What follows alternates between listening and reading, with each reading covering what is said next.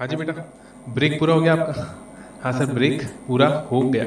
तो चलो चालू करते हैं बेटा। आगे हमने क्या देख लिया था? हमने आपको बताया था कि कुछ वर्ड्स, इंपॉर्टेंट वर्ड्स के मीनिंग्स बताए थे, जहाँ पर अपन ने समझा था कि क्या होता है आपका लॉ। लॉ सबसे बड़ा होता है, लॉ के अंदर एक्ट आता है, एक्ट के अंदर फिर हमारे पास में रूल्स, रूल्स के अंदर हमारे पास में नोटिफिकेशंस, नोटिफिकेशंस के अंदर हमारे पास में क्या क्या आते हैं? बोलो आगे से आगे। आपके पास में सर्कुलर्स आएंगे, ऑर्डर्स आएंगे, है ना? हाँ सर। तो मैंने आपको कहा था कि मैं आपको बेयर लॉ से भी दिखाऊंगा, तो बेटा बेयर लॉ आपके सामने ओपन है, आप सभी के सामने, और आप देख सकते हो बेयर लॉ से बिल्कुल रेफर कर कर। ये देखो इस तरीके से होता है बेटा। देखो ये है एक्ट। अब ये कौन सा एक्ट है हमारे पास में? ये है हमारे में central goods and services tax act, जिसे अपन क्या बोलते हैं बेटा? CGST।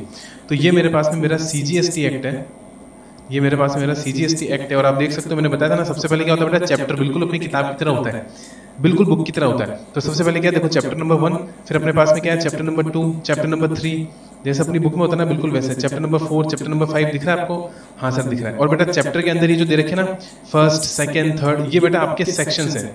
ये देखो दीज आर योर सेक्शंस। तो मैंने कहा था ना चैप्टर, चैप्टर के अंदर सेक्शंस अपन ने हायरार्की बनाई थी। हाँ सर हमने हायरार्की बनाई थी। देखो मैं आपको दिखाता हूँ, एक सेकेंड। अपन ने जो हायरार्की बनाई थी वो, कि अपनी हायरार्की कहाँ है, ये देखो बेटा, ये रही अपनी सारी नोटिंग में आपके सामने ओपन कर लेता हूँ, जो भी अभी अपन ने करी थी, ये रही।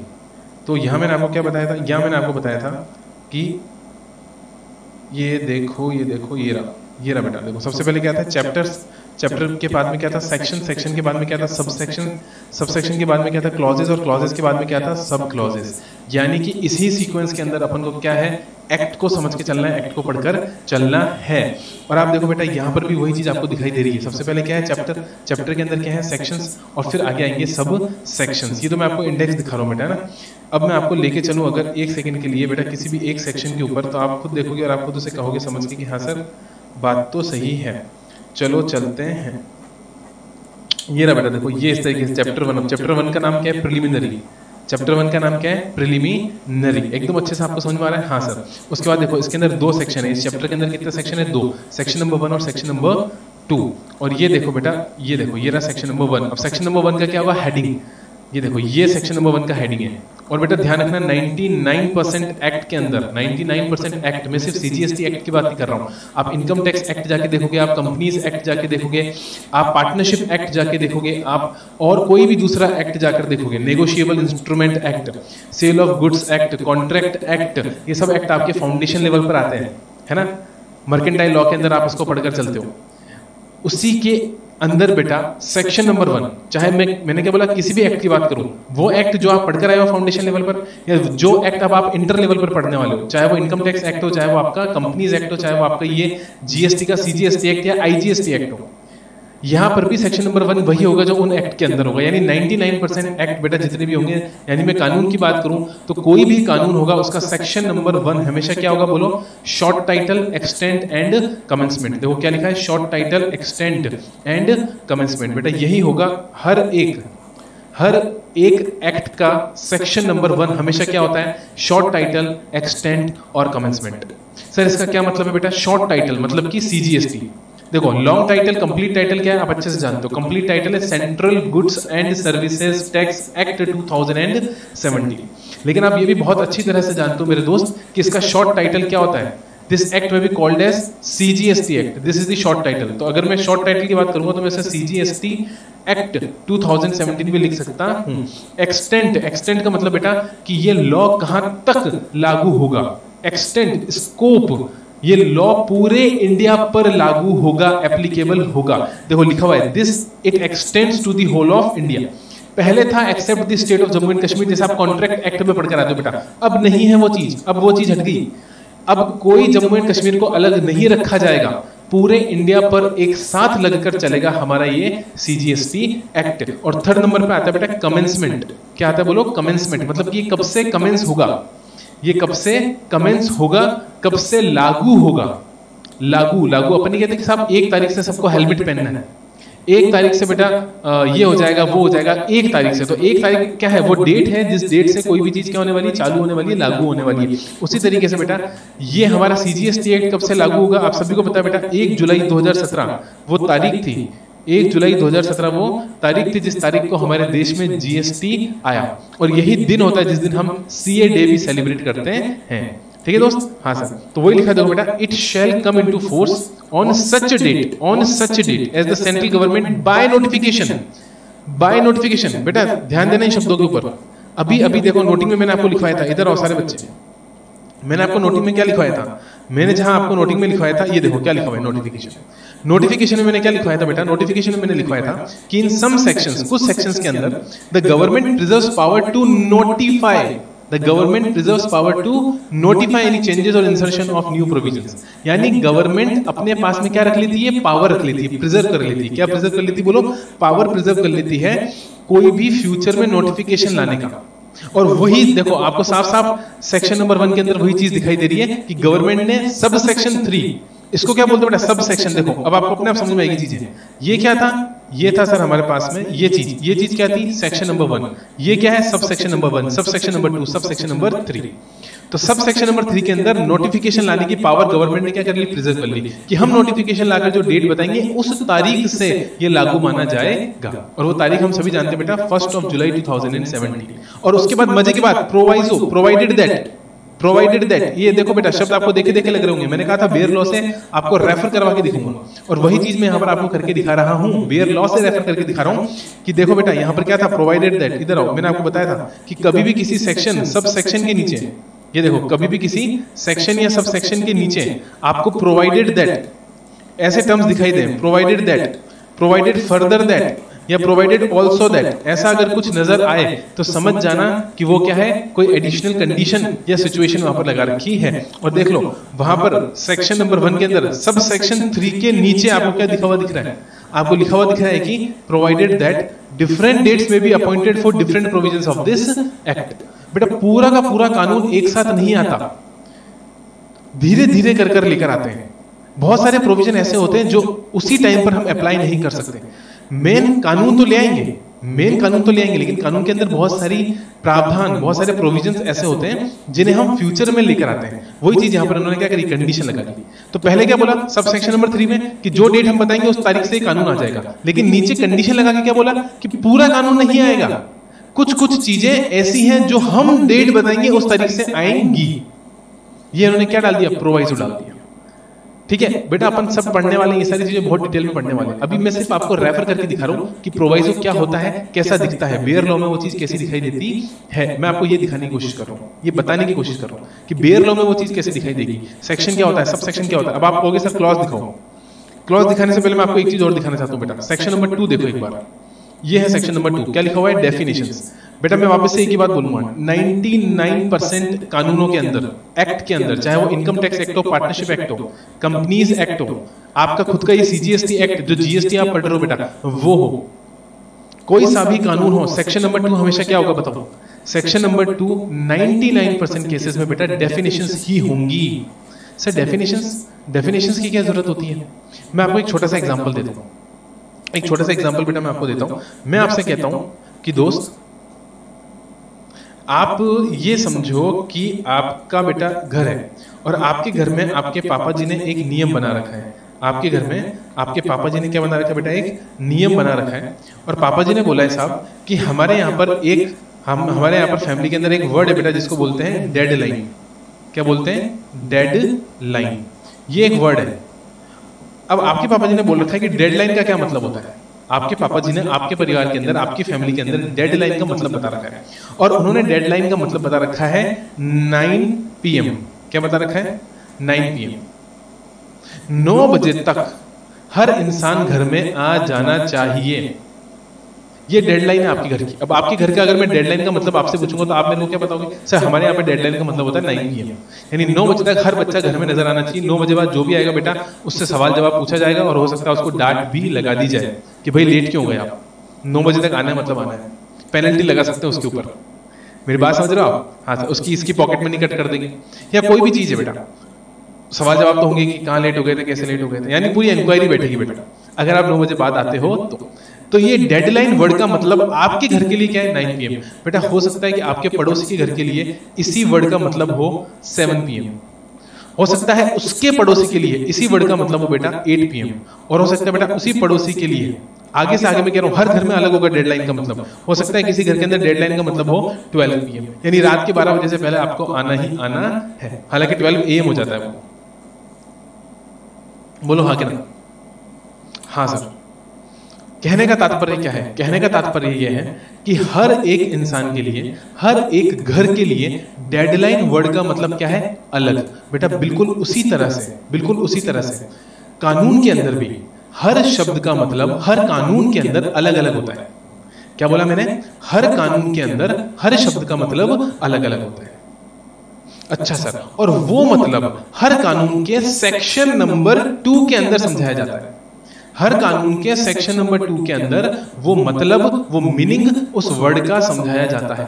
कानून में बहुत सारे शब्दों का इस्तेमाल होता है बेटा, बहुत बड़ा कानून होता है हमारे पास में, लगभग 174 सेक्शंस हैं जीएसटी के अंदर। सीजीएसटी एक्ट की बात कर रहा हूं मैं, 174 सेक्शंस। अब आप सोचो कि 174 सेक्शन के अंदर कितने सारे वर्ड्स यूज हुए होंगे। उस सारे वर्ड्स का मतलब, उन सभी शब्दों का मतलब कहां बता रखा है? सेक्शन नंबर 2 में बता रखा है, और ये हर कानून में होता है।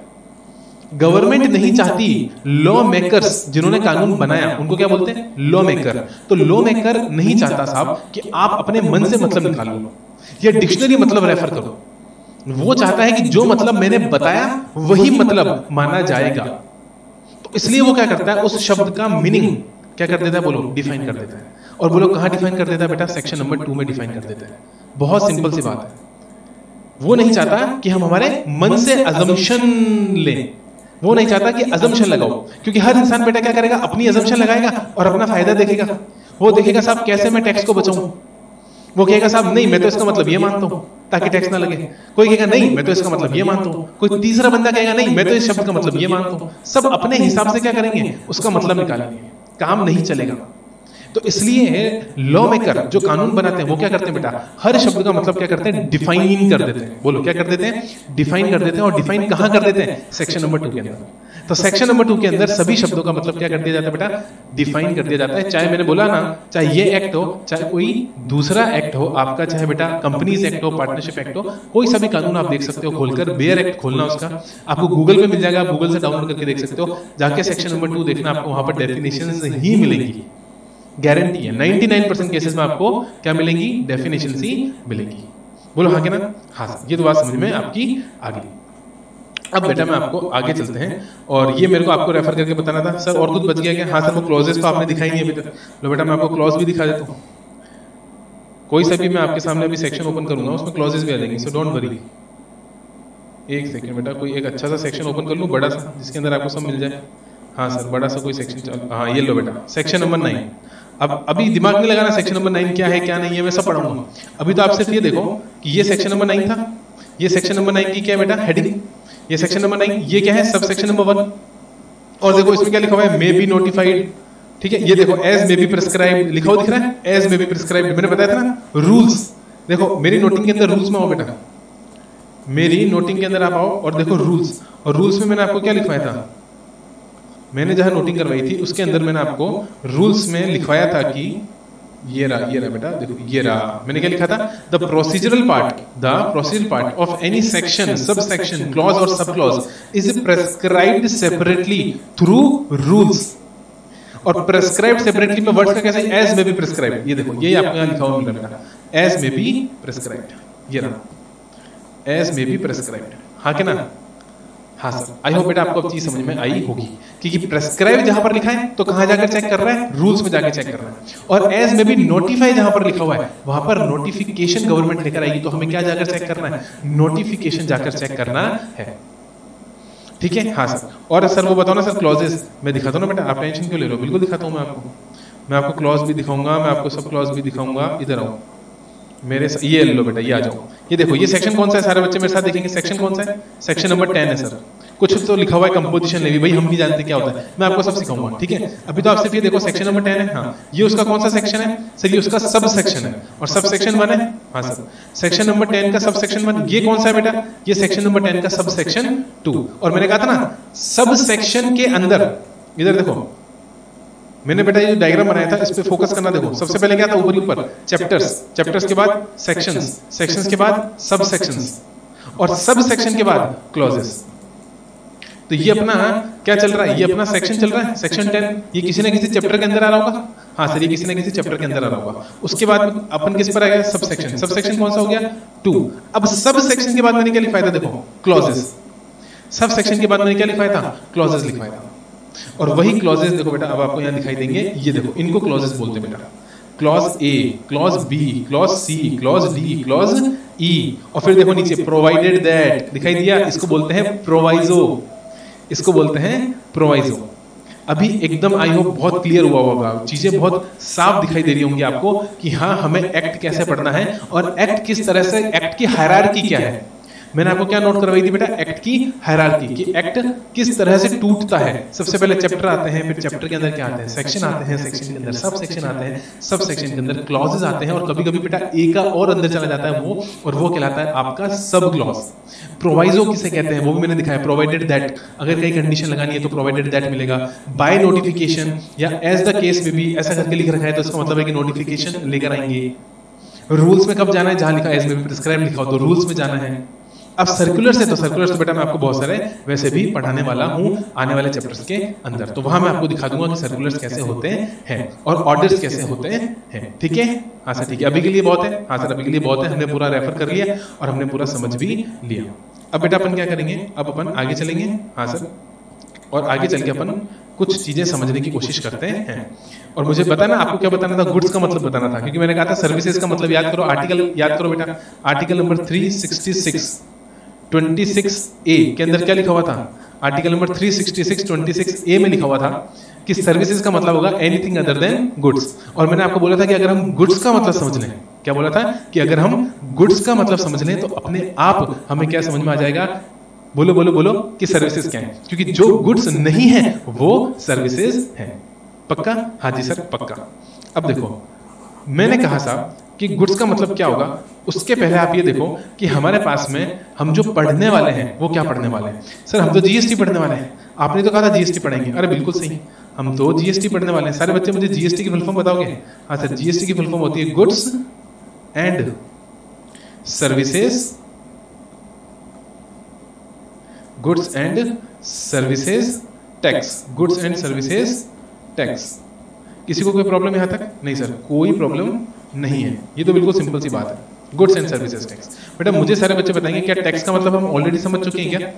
हाँ सर टैक्स का मतलब तो हम ऑलरेडी समझ चुके हैं, compulsory extortion of money made under any law. Very very good, आप सबने बिल्कुल सही जवाब दिया, compulsory extortion of money made under any law, chapter number 1 point number 1 हम ऑलरेडी कवर करके आ चुके हैं। अब सवाल उठता है साहब हमारे पास में अब 2 शब्द बचते हैं, टोटल हमारे पास में कितने शब्द हैं बेटा? देयर आर टोटल 3 वर्ड्स, एक है गुड्स, एक है सर्विस और तीसरा है टैक्स। टैक्स का मतलब हम ऑलरेडी समझ चुके हैं, तो अब मुझे किसका मतलब समझना है? एक तो गुड्स का और दूसरा मतलब मुझे समझना है सर्विसेज का। और मैंने अभी अभी बताया था क्या कि आपके गुड्स का मतलब समझने से और मेरे गुड्स का मतलब समझने से कुछ भी नहीं होगा। आप कहोगे सर हम तो हमारी डिक्शनरी में देख लेंगे गुड्स का मतलब क्या होता है, मैं मेरी डिक्शनरी में देख लूंगा गुड्स का मतलब क्या होता है। बेटा ना आपकी डिक्शनरी काम आएगी और ना मेरी डिक्शनरी काम आएगी। काम क्या आएगा? काम आएगा वो मतलब गुड्स का जो कानून में बता रखा है। बोलो जो कानून में बता रखा है। सर कौन से कानून में बता रखा है? बेटा हम 2 कानून पढ़ने वाले हैं। हम कितने कानून पढ़ने वाले हैं मेरे दोस्त? हम पढ़ने वाले हैं 2 कानून। सर 2 कानून कौन से पढ़ने वाले हैं हम लोग? बेटा एक अपन पढ़ने वाले हैं सीजीएसटी एक्ट, एक अपन पढ़ने वाले हैं सीजीएसटी एक्ट और दूसरा अपन पढ़ने वाले हैं आईजीएसटी एक्ट, दूसरा अपन पढ़ने वाले हैं आईजीएसटी एक्ट। ये 2 कानून हम पढ़ेंगे। सर वो एसजीएसटी एक्ट का क्या होगा? बेटा एसजीएसटी एक्ट हमारे सिलेबस में है ही नहीं, क्योंकि 28 एक्ट हैं। कितने एक्ट है? 28। तो 28 एक्ट अपन थोड़ा पढ़ने बैठेंगे। और दूसरी चीज मैं आपको बताना पाऊंगा बेटा कि सीजीएसटी एक्ट में और एसजीएसटी एक्ट में कोई हालांकि डिफरेंस होता ही नहीं, क्योंकि सीजीएसटी एक्ट को ही कॉपी कर क्या बना रखा है? सीजीएसटी एक्ट को ही कॉपी कर बना रखा है आपका एसजीएसटी एक्ट, क्योंकि एसजीएसटी एक्ट बेटा हर स्टेट का होता है। राजस्थान एसजीएसटी एक्ट मतलब Rajasthan goods and services tax, Gujarat goods and services tax, Maharashtra goods and services tax, Tamil Nadu goods and services tax, new Delhi goods and services tax. मेरी बात समझ में आ रही है कि नहीं आ रही है? हाँ सर आ रही है। तो हर स्टेट का अपना क्या है, खुद का एक्ट, और उन्होंने वो एक्ट बेटा कुछ भी नहीं कर रखा, कहां से कॉपी कर रखा है, central goods and services tax act CGST को कॉपी कर लिया। बस माइनर, बहुत माइनर बेटा, स्टेट टू स्टेट आपको पता ना, लोग अलग, भाषा अलग, बोली अलग, सर्कमस्टांसेस अलग, बिजनेस करने का तरीका अलग, तो इसलिए वो छोटे मोटे चेंजेस आपको मिलेंगे, अदरवाइज क्या है बिल्कुल सिमिलर मैनर में ही वो चीज आपको वहां पर मिलेगी। ठीक है, तो अपन को अपने सिलेबस में क्या पढ़ने हैं, सिर्फ 2 कानून पढ़ने हैं, एक पढ़ना है सीजीएसटी एक्ट और एक पढ़ना है आईजीएसटी एक्ट। और बेटा साइमल्टेनियसली मैं आपको पढ़ाकर चलूंगा, अलग अलग नहीं पढ़ेंगे, साइमल्टेनियसली मतलब साथ साथ पढ़ेंगे। कभी हम सीजीएसटी एक्ट पढ़ रहे होंगे तो कभी हम जाकर आईजीएसटी एक्ट पढ़ रहे होंगे। सर ऐसा क्यों? क्योंकि बेटा इनको साथ में पढ़ना जरूरी है, अगर प्रॉपर और लिंक्ड अंडरस्टैंडिंग चाहिए तो। ठीक है, क्योंकि मैं आपको सब कुछ लिंक करके पढ़ाऊंगा तो आपको कहीं दिक्कत नहीं आएगी। कॉन्सेप्चुअली चलेंगे तो कॉन्सेप्चुअली चलेंगे, तो दोनों को लिंक करना जरूरी है। चीजों को लिंक करके चलेंगे तो बहुत अच्छे से चीजें समझ में आएंगी। पक्का? हाँ जी सर पक्का। चले आगे? हाँ सर चलो आगे। सर आपने बोला सर कि चाहे क्या हो, चाहे हो वो सीजीएसटी, चाहे हो वो आईजीएसटी, दोनों में ही क्या आ रहा है, दोनों में ही जीएसटी वर्ड तो आ ही रहा है। और अभी हमने देखा कि सब जीएसटी के लिए हमें गुड्स का मतलब समझना जरूरी है और जीएसटी के लिए हमें सर्विसेज का मतलब समझना जरूरी है। और सर आपने तो अभी भी कहा था कि मेरे जीएसटी मतलब मेरे गुड्स का मतलब बताने से और आपके गुड्स का मतलब बताने से कुछ भी नहीं होने वाला, क्योंकि हमें गुड्स का वो मतलब समझना होगा मालिक जो कहाँ दे रखा है, कानून में दे रखा है। तो फटाफट से चलते हैं कानून की किताब में। बेटा मैं बेयर लॉ से आप लोगों को पढ़ाऊंगा, अपने नोट्स भी हैं बेटा, टेंशन मत लो, अपने नोट्स भी हैं, लेकिन एक बार मैं आपको बेयर लॉ से रीडिंग करवाना चाहता हूँ। उसके बाद अपने नोट्स तो हैं, अपने नोट्स कहाँ जा रहे हैं? तो बेटा मैं आपको बताऊं, हाँ सर बताऊं, सेक्शन कौन सा है जहां पर बता रखा है। देखो आपको अभी भी मैंने बताया था कि हर एक्ट का सेक्शन नंबर 2, हर एक्ट का सेक्शन नंबर 2 किसकी बात करेगा? डेफिनेशन की बात करेगा। हाँ सर डेफिनेशन की बात करेगा सेक्शन नंबर 2। लेकिन सेक्शन नंबर 2 के अंदर बेटा सब सेक्शन नहीं होते। सेक्शन नंबर 2 के अंदर जो होते हैं ना उनको बोलते हैं क्लॉजेस। मेरे साथ साथ याद करो, मैंने क्या बताया आपको, कोई भी सेक्शन होगा उसका क्या होगा, सब सेक्शन, लेकिन सेक्शन 2 का क्या होगा, क्लॉज। क्या बोलेंगे? क्लॉज। तो मैं आपको बताता हूं बेटा, सेक्शन नंबर 2 के क्लॉज 52, बोलो सेक्शन नंबर 2 के क्लॉज 52 के अंदर किसका मतलब बता रखा है, गुड्स का। और इसके अंदर बेटा 50 ऐड कर दो, आप मैथमेटिकली 50 ऐड कर दो, तो क्या हो जाएगा 2102। 52 में 50 ऐड करेंगे तो क्या हो जाएगा 2102। तो याद करने का तरीका भी मैंने आपको बता दिया बेटा, ये तो सिर्फ याद करने का तरीका था। क्या था याद करने का तरीका? कि अगर आपको याद करना है तो आप याद भी कर सकते हो। ओके सर, अब हम याद कर लेंगे कि अगर 52 में 102 को ऐड करेंगे तो क्या आ जाएगा हमारे पास में? तो हमारे पास में आ जाएगा 52 में 50 ऐड करेंगे तो हमारे पास में आ जाएगा 102। यानी कि साहब एक चीज समझ में आ गई। और क्या समझ में आ गई कि अरे बाबा ये क्या हो गया, हमारा पेन काम नहीं कर रहा दोस्त, एक सेकंड है ना।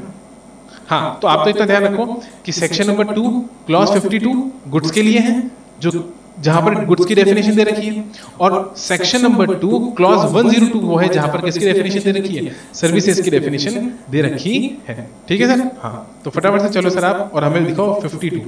ये देखो बेटा ये 30, 29, 28, 27 है ना, बिल्कुल ऐसे अभी हम चलेंगे और ढूंढेंगे 52। ये रहा बेटा, ये रहा 52, मिल गया? हाँ सर 52 हमें मिल गया।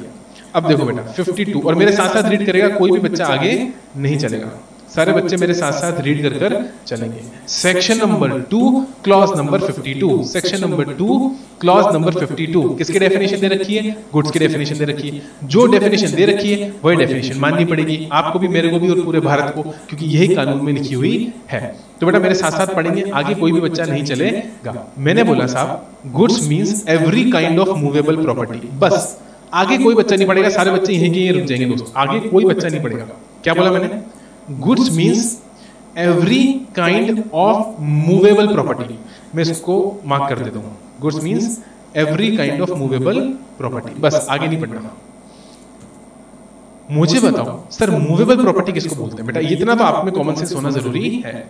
मूवेबल प्रॉपर्टी का क्या मतलब होता है? सर मूवेबल प्रॉपर्टी का मतलब होता है वो प्रॉपर्टी मतलब आप ये सोच सकते हो कहीं ना कहीं बेटा वो चीज कैसी होगी, टेंजिबल होगी कि इनटेंजिबल होगी। प्रॉपर्टी टच करके देख सकते हो आप, जिसे आप टच करके देख सकते हो। तो हल्का फुल्का अगर मैं कहूं तो इसका मतलब ये निकलेगा कि सर कोई ना कोई ऐसी चीज है जिसे मैं टच कर सकता हूं जो टेंजिबल इन नेचर है। ठीक है, यहाँ तक कोई प्रॉब्लम नहीं है ना। हाँ, और मूवेबल मतलब जिसे एक जगह से दूसरी जगह तक ले जाया जा सकता है। क्या बोला मैंने? जिसे एक जगह से दूसरी जगह तक ले जाया जा सकता है। हाँ सर, ये भी समझ में आ गया। तो एवरी काइंड ऑफ मतलब हर तरह की मूवेबल प्रॉपर्टी क्या है? गुड्स है। देखो बेटा, मैंने आगे नहीं पढ़ाया तो आगे आपको पढ़ना भी नहीं है। मैंने जितना बोला उतना बताओ मेरे को। तो मैंने बोला every kind of movable property, यानी हर वो चीज जिसे मूव कराया जा सकता है। मुझे बताओ, मोबाइल फोन मूवेबल प्रॉपर्टी है क्या? सारे बच्चे बताएंगे मोबाइल फोन मूवेबल प्रॉपर्टी है क्या? द आंसर इज यस, क्योंकि मोबाइल फोन को मैं एक जगह से दूसरी जगह ले जा सकता हूँ। मुझे बताओ, कार व्हीकल, मोटर व्हीकल, जैसे आप क्या बोलते हो, मोटर व्हीकल, चाहे वो स्कूटर हो, चाहे फिर वो आपकी कार हो बेटा, ट्रक हो, बस हो, क्या मूवेबल है क्या? द आंसर इज यस, क्योंकि ये सब एक जगह से दूसरी जगह जा सकते हैं बेटा। मैं इनको आगे ट्रांसफर कर सकता हूं। मैंने आपको मेरा अगर स्कूटर दे दिया तो मेरा स्कूटर मेरे पास से आपके पास चला गया, मूवेबल इन नेचर है, मूवेबल इन नेचर है। Mobile phone movable in nature है। और बताओ मेरे को, और कौन सी चीज मूवेबल इन नेचर है बेटा? टेलीविजन मूवेबल इन नेचर है, air conditioner movable in nature है। इन सबको अपन एक जगह से दूसरी जगह ले जा सकते हैं। तो यहाँ पर तो आपको कोई प्रॉब्लम नहीं होगी, बिल्कुल सिंपल सी बात बोली मैंने। ठीक है, अब मेरी बात को सारे बच्चे सुनेंगे और मुझे, मैं एक एग्जांपल आपके सामने रख रहा हूँ, मुझे सारे बच्चे बताना मैं गलत बोल रहा हूँ कि सही बोल रहा हूँ। ठीक है, हाँ सर। बेटा एक मोबाइल शॉप है और वो है बेटा आपकी एप्पल शॉप। एप्पल हाउस बोल दूं? हाँ सर, एप्पल हाउस। ठीक है, हाँ सर, एप्पल हाउस। किसी को कोई प्रॉब्लम? No sir. और ये है हमारे मिस्टर एक्स, ये है हमारे मिस्टर एक्स। बेटा मिस्टर एक्स ने एप्पल हाउस से परचेस करा, मिस्टर एक्स ने एप्पल हाउस से परचेस करा। क्या परचेस करा? एक आईफोन, एक आईफोन 11, आईफोन 11 परचेस करा है मिस्टर एक्स ने। किससे? एप्पल हाउस से। ठीक है, हाँ सर। और बेटा बदले में, आप भी जानते हो और मैं भी जानता हूँ, बदले में मिस्टर एक्स ने क्या दिया होगा? बताओ सर, बदले में मिस्टर एक्स ने इसको इसका प्राइस दिया होगा। इसका क्या दिया होगा? प्राइस। कॉमन सेंस की बात है ना? हाँ सर, प्राइस दिया होगा। मैं मान रहा हूं बेटा कि प्राइस है फॉर एग्जांपल 1 लाख रुपीज। कितने हैं? 1 लाख रुपीज, यानी 1 लाख का है बेटा आपका आईफोन 11। तो मिस्टर एक्स ने 1 लाख रुपए दिए और बदले में आईफोन 11 लिया। मैंने कहा साहब 1 लाख रुपए दिए, चलो जीएसटी लगाते हैं, टैक्स लगाते हैं। मैंने कहा साहब जीएसटी का रेट अपन मान लेते हैं 18% है, तो 18% के हिसाब से कितना हो गया मेरे दोस्त? 18,000। हाँ सर, तो टोटल कितनी होगी बेटा? टोटल हो गई 1,18,000, यानी 1,18,000 का इसको ये आईफोन 11 पड़ा। ठीक है, मेरे सारे अच्छे बच्चे मुझे जवाब देंगे, मुझे सारे मेरे अच्छे बच्चे बताएंगे कि साहब आईफोन 11 गुड्स है कि नहीं है। मैं तो आपसे और कुछ पूछ ही नहीं रहा, मैं तो आपसे सिंपल सी बात पूछ रहा हूँ बेटा, आईफोन 11 जो है वो गुड्स है या नहीं है? सारे बच्चे बताओ मेरे को। बिल्कुल सर, वो गुड्स है। क्यों? क्योंकि बेटा वो मूवेबल है ना? अभी देखो, पहले किसके पास था? एप्पल हाउस के पास, और अब किसके पास चला गया? वो मिस्टर एक्स के पास। तो मूवेबल तो है, यहाँ तो किसी को प्रॉब्लम नहीं है। हाँ सर। और बेटा मुझे ईमानदारी से बताना, देखो मैंने क्या बोला, आपको पहले से आता है या आपको पहले से नहीं आता, मुझे नहीं मतलब, मैं तो बिल्कुल बेयर बेसिक बात करके चलूंगा। ठीक है, मुझे बताना कि ये जो बेटा पैसा दिया 1 लाख रुपए, ये जो पैसा दिया 1,18,000 रुपए टैक्स के साथ में, मुझे बताना ये मूवेबल है या ये मूवेबल नहीं है। मुझे तो बस इतना सा बता दो कि साहब ये मूवेबल है कि नहीं है। सर ये भी मूवेबल है, ये भी मूवेबल है। मानते हो कि नहीं मानते हो? सर बिल्कुल सही। भाई देखो, अभी तो आपने इतना बोला ना, every kind of movable property, और मूवेबल में तो बेटा मनी भी आएगा, क्योंकि बेटा मनी भी तो एक इंसान से दूसरे इंसान के पास मूव हो सकता है। तो मनी भी बेटा क्या हो गया? Movable property. आपने कहा साहब आईफोन 11 मूवेबल प्रॉपर्टी था, एक जने ने दूसरे जने को बेचा तो उस पर लगा दिया टैक्स। अब मैं कह रहा हूं कि मिस्टर एक्स ने भी तो बेटा 1 लाख रुपए एप्पल हाउस को दे दिए। मिस्टर एक्स ने भी तो 1 लाख रुपए एप्पल हाउस को दे दिए, और अगर मिस्टर एक्स ने भी मेरे मालिक 1 लाख रुपए एप्पल हाउस को दे दिए, तो मुझे बताओ क्या इस 1 लाख रुपए पर भी वापस टैक्स नहीं लगना चाहिए?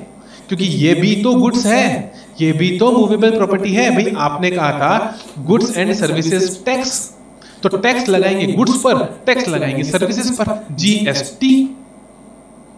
और आपने बोला every kind of movable property, तो साहब मूवेबल प्रॉपर्टी तो मनी भी है, क्योंकि मनी भी एक इंसान से दूसरे इंसान के पास क्या कर रहा है? बोलो, मूव कर रहा है। तो साहब उस पर भी जीएसटी लगाएंगे। तो लगाओ, कौन मना कर रहा है? ये रहा मेरा कैलकुलेटर, ये रहा मेरा कैलकुलेटर बेटा। 1,18,000 रुपए आपने दिए थे उसको दुकानदार को। हाँ सर 1,18,000 मैंने दिए थे। अब 1,18,000 पर वापस मैं अगर अज्यूम करूं, अज्यूम कर रहा हूं बेटा, रेट कितना है 18% का रेट है, तो लगा दो साहब 18% कितना आ जाएगा 21,240, 21,240 और ऐड कर देंगे तो कितना आ जाएगा 139,240, 139,240 साहब लगा दो टैक्स 139,240। और अब एक काम करना बेटा, उस दुकानदार को बोलोगे आप कि देख मैंने तेरे से आईफोन खरीदा, तूने टैक्स लगाया, अब तू मेरे से पैसा खरीद रहा है, तूने मेरे से 1,18,000 रुपए खरीदे हैं, अब तू मेरे को 1,29,240 रुपए 1,39,240 रुपीज वापस कर। बोलो उस दुकान वाले को, एप्पल वाले को, वो क्या करेगा बेटा आप भी जानते हो, वो आपको उठाएगा और दुकान के बाहर फेंक देगा, वो आपको उठाएगा और दुकान के बाहर फेंक देगा। वो बोलेगा भाई ये नया ग्राहक आया दिखे, मतलब पहले मेरे को 1,18,000 रुपए दे रहा है और फिर मेरे से वापस कितना मांग रहा है 1,39,240 वापस मांग रहा है, ये अजीब आदमी है। और जबकि आप तो सही कह रहे हो ना, आप तो कह रहे हो साहब मनी भी गुड्स है तो उसमें भी जीएसटी लगना चाहिए, टैक्स लगना चाहिए। और ये बात बेटा गवर्नमेंट को भी पता है कि ऐसा तो काम चलेगा नहीं, ये तो बेवकूफी है, ये तो साफ साफ सॉरी ये तो साफ साफ क्या है बेवकूफी है। हाँ सर बात तो सही है। तो बेटा गवर्नमेंट ने क्या करा, ध्यान से देखना, गवर्नमेंट ने बोला कि साहब एक चीज होती है जिसको हम कहते हैं मीडियम ऑफ पेमेंट। क्या कहते हैं बेटा, मीडियम ऑफ पेमेंट। सारे अच्छे बच्चे बताएंगे बेटा, एक चीज होती है जिसको हम क्या बोलते हैं, medium of payment. Sir medium of payment क्या होता है बेटा, मीडियम ऑफ पेमेंट आप भी जानते हो, मैं भी जानता हूं, होता है लीगल टेंडर। क्या होता है, legal tender. Sir legal tender का क्या मतलब होता है बेटा, लीगल टेंडर का मतलब होता है करेंसी। बोलो क्या होता है, करेंसी। करेंसी को हम बोलते हैं लीगल टेंडर। और आप सभी जानते हो बेटा इंडिया में क्या चलता है, रुपीस। क्या चलता है, रुपया। क्या चलता है, रुपया। वैसे ही यूएसए में क्या चलता है, यूएस डॉलर। कनाडा में क्या चलता है, कैनेडियन डॉलर। ऐसे अलग अलग कंट्रीज में अलग अलग करेंसीज चलती हैं। तो मीडियम ऑफ पेमेंट को हम गुड्स नहीं बना सकते, क्योंकि हमने अगर मीडियम ऑफ पेमेंट यानी कि करेंसी को गुड्स बना दिया तो बेटा फिर तो दोनों तरफ टैक्स लग जाएगा। कोई भी चीज आप खरीदोगे उस पर भी टैक्स लगेगा और बदले में पैसे दोगे तो पैसे में भी टैक्स लगेगा, क्योंकि वो भी क्या हो जाएगी, मूवेबल प्रॉपर्टी हो जाएगी। अभी अभी हमने एग्जांपल में देखा था। और ऐसे काम चल नहीं सकता। तो गवर्नमेंट ने क्या करा, गवर्नमेंट ने बोला साहब हमने तो गड़बड़ कर दी, हमने तो बोला every kind of movable property. तो फिर गवर्नमेंट ने बोला अदर देन। गवर्नमेंट ने किन शब्दों का इस्तेमाल किया बेटा, गवर्नमेंट ने बोला OTHER, अदर देन। बाहर निकालना जरूरी था। किसको बाहर निकालना जरूरी था इस डेफिनेशन में से बेटा, मनी को बाहर निकालना जरूरी था। तो गवर्नमेंट ने, अब मेरे साथ साथ सारे बच्चे पढ़ेंगे बेटा, आ जाओ वापस से। अदर देन मनी, देखो क्या लिखा है, आगे कोई नहीं पढ़ेगा, जितना मैं पढ़ाऊंगा उतना ही पढ़ना है बेटा। अदर देन मनी, बस यहां तक ही पढ़ेंगे, आगे नहीं पढ़ेंगे। क्या बोला, अदर देन मनी। भाषा को समझने की कोशिश करो बेटा। देखो मैं एक एग्जांपल देता हूं, एक और एग्जांपल देता हूं, ठीक है। मैंने बोला क्लास के सारे बच्चे, क्लास के सारे बच्चे मेरे पास आएंगे। क्या बोला मैंने, क्लास के सारे बच्चे मेरे पास आएंगे अजय को छोड़कर। भाषा को पकड़ने की कोशिश करो साहब। एक बार अगर आपने ड्राफ्टिंग समझ ली कि ड्राफ्टिंग का नेचर क्या है, तो फिर आपको लॉ समझने में बेटा कोई प्रॉब्लम आएगी ही नहीं। कानून आप बहुत आराम से समझ लोगे। आपको नीतिमत्ता समझनी है, इंटेंशन गवर्नमेंट का, लॉ मेकर का इंटेंशन, उसकी भाषा को देखो। वो स्कोप बहुत वाइड रखना चाहता था। वो चाहता था कि मैं गुड्स के अंदर सब कुछ कवर कर लूं, जो भी मूवेबल नेचर का हो, जो भी मूवेबल नेचर का हो। इसलिए इसने शुरुआत कैसे करी, every kind of movable property. शुरुआत कैसे करी, every kind of movable property. जैसे मैंने बोला ना, क्लास के सारे बच्चे मेरे पास आएंगे, लेकिन बाद में मैंने क्या बोल दिया, अजय को छोड़कर, या फिर कोई भी नाम, विजय को छोड़कर, सुनील को छोड़कर। एक बच्चे को मैंने एक्सेप्शन में डाल दिया। उसी तरीके से इसने क्या करा, स्कोप वाइड रखना था। चाहता था कि सब कुछ आ जाए ताकि कुछ छूट ना जाए। तो भाषा कैसे यूज करी, every kind of movable property. और बाद में क्या बोला, अदर देन मनी। क्योंकि अब देखो मूवेबल में तो मनी भी आ गया क्लास के अंदर, तो अजय विजय सुनील भी आ गए, लेकिन मुझे अजय को बुलाना ही नहीं है, सुनील को बुलाना ही नहीं है। तो बाद में मैं उनका नाम लेके क्या बोलूंगा कि सारे बच्चे मेरे पास आएंगे सुनील को छोड़कर। तो every kind of movable property other than money. I hope आपको समझ में आ गया होगा। हाँ सर बिल्कुल अच्छे से नहीं, बहुत अच्छे से समझ में आ गया। आगे चले, हाँ सर आगे चलो। अब सुनो मेरी बात को। मैंने कहा साहब कि एक और चीज होती है जो मूवेबल होती है, जिसको हम बोलते हैं बेटा सिक्योरिटी, जिसको हम बोलते हैं SECURITIES। क्या बोलते हैं, सिक्योरिटीज। एक और चीज होती है जिसको हम बोलते हैं बेटा सिक्योरिटीज। सर सिक्योरिटीज में क्या आता है बेटा, आप सब फाउंडेशन पढ़कर आए हो, और क्लास 11th और 12th में बेटा आपने अकाउंट्स भी पढ़ी थी। मुझे बताओ सिक्योरिटी में बहुत सारी चीजें आती हैं बेटा, आपके शेयर्स आते हैं, आपके डिबेंचर्स आते हैं, सिक्योरिटीज में तो बेटा रेपो भी आता है, इकोनॉमिक्स पढ़ी थी, हाँ सर, रिवर्स रेपो भी आता है, और भी बहुत सारी चीजें आती है बेटा, एक्सेट्रा। अपन को अभी डिटेल में सिक्योरिटीज नहीं समझना, अभी तो मुझे सिर्फ ये बताना है आपको कि सिक्योरिटीज भी तो मूवेबल है। हाँ जी सर, बिल्कुल सही कहा आपने, सिक्योरिटीज भी मूवेबल है।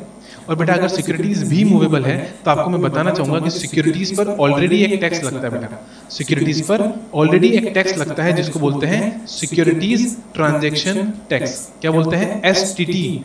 क्या बोलते हैं? STT, securities transaction tax. और बेटा हम नहीं चाहते कि दो दो टैक्स लगे, एक ही चीज पर दो दो टैक्स लगे, वरना फिर वही प्रॉब्लम आएगी ना, डबल टैक्सेशन वाली। हाँ सर, वो डबल टैक्सेशन वाली प्रॉब्लम को तो खत्म करना था अपन को, इसलिए तो अपन जीएसटी लेकर आए थे। अभी उस प्रॉब्लम को खत्म करना है तो सिक्योरिटीज पर हम क्या नहीं लगा सकते बेटा? जीएसटी नहीं लगा सकते, क्योंकि ऑलरेडी बेटा वहां पर सिक्योरिटी ट्रांजैक्शन टैक्स लग रहा है। तो अपन ने क्या करा? अपन ने कहा ठीक है साहब, एक चीज को और बाहर निकाल देते हैं गुड्स की डेफिनेशन से। पहले मनी को बाहर निकाला, अब सिक्योरिटीज को बाहर निकाल देते हैं। तो क्या बोल दिया? Other than money and security. अरे वाह बेटा, मैंने क्या बोला? अपन पढ़ेंगे नहीं, अपन बनाएंगे डेफिनेशन। आप टेंशन मत लो, पूरा लॉ बेटा आपके सामने और आपके साथ मैं क्या करके चलूंगा? ड्राफ्ट कर चलूंगा। कहीं पर भी मैं नहीं बोलूंगा कि पढ़ लो और समझ लो, मैं बोलूंगा कि मैं समझाऊंगा और फिर बनाऊंगा और फिर दिखाऊंगा। आपको खुद को समझ में आएगा कि हाँ साहब सब कुछ बहुत लॉजिकल है और ऐसा ही होना चाहिए। लॉ मेकर के पॉइंट ऑफ व्यू से देखकर अपन चलेंगे, कोई प्रॉब्लम नहीं है। इधर आओ मेरे साथ। मैंने बोला साहब मनी एंड सिक्योरिटीज। अभी आपको खुद को समझ में आ रहा हो कि हाँ सर बात तो सही है, यहां तक मैंने पढ़ाया, आगे कोई बच्चा पढ़ाई नहीं करेगा, जहां तक पढ़ा रहा हूं वही पढ़ना है। तो अभी तक बेटा गुड्स की डेफिनेशन में अपन ने क्या देखा? सारे बच्चे बताओ। Goods means every kind of movable property other than money and securities. अभी तक सब कुछ लॉजिकल था और आपको समझ में भी आया, ठीक है? हाँ सर, अब मेरी बात को ध्यान से सुनना बेटा। कुछ चीजें ऐसी हैं, कुछ चीजें ऐसी हैं जो क्या नहीं है? बोलो, जो मूवेबल नहीं है, जो मूवेबल नहीं है, बट गवर्नमेंट चाहती है कि उन्हें भी गुड्स की डेफिनेशन में ले आए, उन्हें भी गुड्स की डेफिनेशन में ले आए। जिसमें बेटा पहले नंबर पर आता है आपके पास, मैं पहले बताऊंगा एग्जांपल, फिर बताऊंगा उसका नाम, लॉटरी। ये है एग्जांपल, लॉटरी तो एग्जांपल है, लेकिन लॉटरी होती क्या है पता आपको बेटा? लॉटरी होती है एक्शनेबल क्लेम। क्या होती है बोलो? Actionable claim. सर ये एक्शनेबल क्लेम का क्या मतलब होता है? ये तो समझ में नहीं आया सर हमको। सर एक्शनेबल क्लेम का क्या मतलब होता है? What do you mean by actionable claim? इसका मतलब तो बता दो सर। मैंने बोला बेटा नाम क्या देखो, एक्शनेबल क्लेम, यानी कि कोई ना कोई ऐसा एक्शन होगा जिससे आपके पास में क्या आएगा? क्लेम आएगा। क्या आएगा? क्लेम। अपन ये इंश्योरेंस क्लेम क्लास 12th के अंदर बिजनेस स्टडीज के अंदर अपन ने पढ़ा था बेटा, ये शायद क्लास 11th में पढ़ा होगा आपने। इंश्योरेंस क्लेम, इंश्योरेंस क्लेम का मतलब क्या होता है? इंश्योरेंस का पैसा आता है अपने पास, तो अपन क्या बोलते हैं कि मेरे पास में इंश्योरेंस का क्या आ गया? क्लेम आ गया। उसी तरह से, बिल्कुल उसी तरह से यहाँ पर एक्शनेबल क्लेम होता है बेटा। कोई भी ऐसा बेनिफिट जो फ्यूचर में एक्शन होने से, अभी नहीं, फ्यूचर में कोई ना कोई एक्शन होगा, जिस एक्शन के होने से आपको क्या मिलेगा बेटा? क्लेम मिलेगा। लेकिन ये फिक्स नहीं है, क्योंकि फ्यूचर है बेटा, फ्यूचर में क्या पता वो एक्शन हो चाहे वो एक्शन ना हो। इसलिए मैंने इसका एग्जांपल क्या लिया बेटा? लॉटरी। लॉटरी में क्या होता है बेटा? आप लॉटरी टिकट खरीदते हो। क्या खरीदते हो? लॉटरी टिकट खरीदते हो। और बहुत अच्छे से बेटा आप जानते हो कि जो लॉटरी टिकट आपने खरीदा है, फ्यूचर में या तो लॉटरी निकलेगी या फिर लॉटरी नहीं निकलेगी। अगर लॉटरी नहीं निकली तो ठन ठन गोपाल हो जाएगा मेरे दोस्त, लेकिन अगर लॉटरी निकली तो बेटा फ्यूचर में आपके पास क्या आ जाएगा? एक राइट आ जाएगा कि आप उसे क्लेम कर सकते हो। अगर 1 करोड़ की लॉटरी आपके नाम पे निकली है तो 1 करोड़ रुपए बेटा आप क्या कर सकते हो? क्लेम कर सकते हो। कोई दिक्कत की बात यहाँ पर नहीं है, उसे बोलते हैं एक्शनेबल क्लेम। गवर्नमेंट ने कहा साहब ये एक्शनेबल क्लेम गुड्स माना जाएगा। ये एक्शनेबल क्लेम क्या माना जाएगा? गुड्स माना जाएगा। तो सर ये मूवेबल नहीं होता क्या? हाँ बेटा ये मूवेबल नहीं होता। लॉटरी आप आगे किसी को दे थोड़ा ना सकते हो। मैं आपको बताता हूँ लॉटरी कैसे काम करती है बेटा। लॉटरी हमेशा ध्यान रखना, स्टेट गवर्नमेंट देती है। लॉटरी कौन देती है? स्टेट गवर्नमेंट देती है। और बीच में होते हैं बेटा ब्रोकर्स। बीच में कौन होते हैं? ब्रोकर्स। देखो बेटा इस तरीके से काम करता है। ये है आपकी स्टेट गवर्नमेंट, बीच में बेटा होते हैं ब्रोकर्स। कौन होते हैं? ब्रोकर्स, जो इस लॉटरी को जनरल पब्लिक में डिस्ट्रीब्यूट करते हैं। इनको सिर्फ इनका कमीशन मिलता है। और बेटा ऐसे ही आप परचेस कर सकते हो। अगर आप इसके अलावा परचेस करते हो तो वो कहलाता है ब्लैक में, वो कहलाता है ब्लैक की परचेस कहलाती है बेटा। वो अगर आप इलीगल तरीके से लॉटरी खरीदोगे तो वो ब्लैक की परचेस कहलाएगी। लीगल तरीके से तो बेटा आपको ब्रोकर से यानी गवर्नमेंट से ही खरीदनी पड़ेगी। और एक बार जो लॉटरी आपने खरीदी बेटा आप इसे आगे बेच नहीं सकते हो, ये ध्यान रखो। यानी ये मूवेबल नहीं है, ये मूवेबल नहीं, ये सीधा गवर्नमेंट से आपके पास आई ना बेटा, गवर्नमेंट के पास भी उसका राइट नहीं है। गवर्नमेंट तो सीधा आपको इशू कर रही है, इशू ही आपको कर रही है। वो ये नहीं कहलाएगा कि उसने मूव करा, वो मूवेबल नहीं कहलाएगी। तो अब ये मूवेबल नहीं है, बट येट गवर्नमेंट को इस पे क्या लगाना है, टैक्स लगाना है। जोर जबरदस्ती साहब गवर्नमेंट की क्या कर सकते हैं।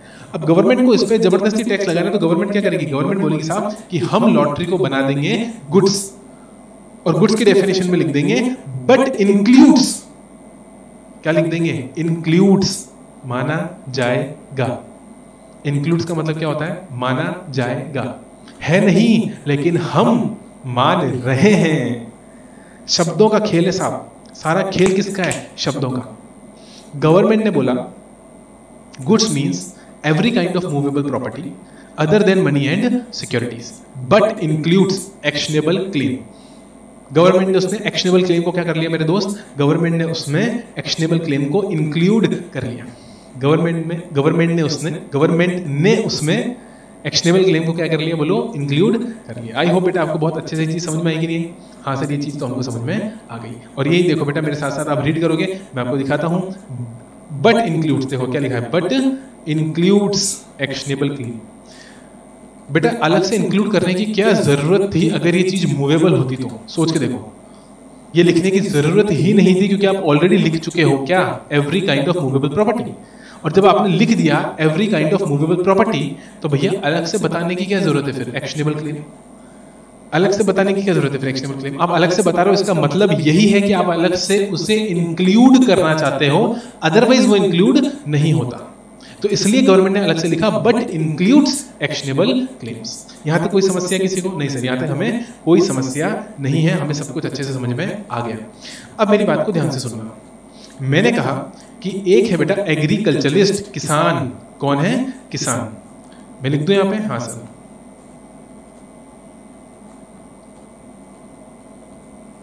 एग्रीकल्चरलिस्ट। और ये है बेटा हमारे मिस्टर एक्स, ऐसा मान लो आप। मिस्टर एक्स क्या है, एग्रीकल्चरलिस्ट है, ये है किसान।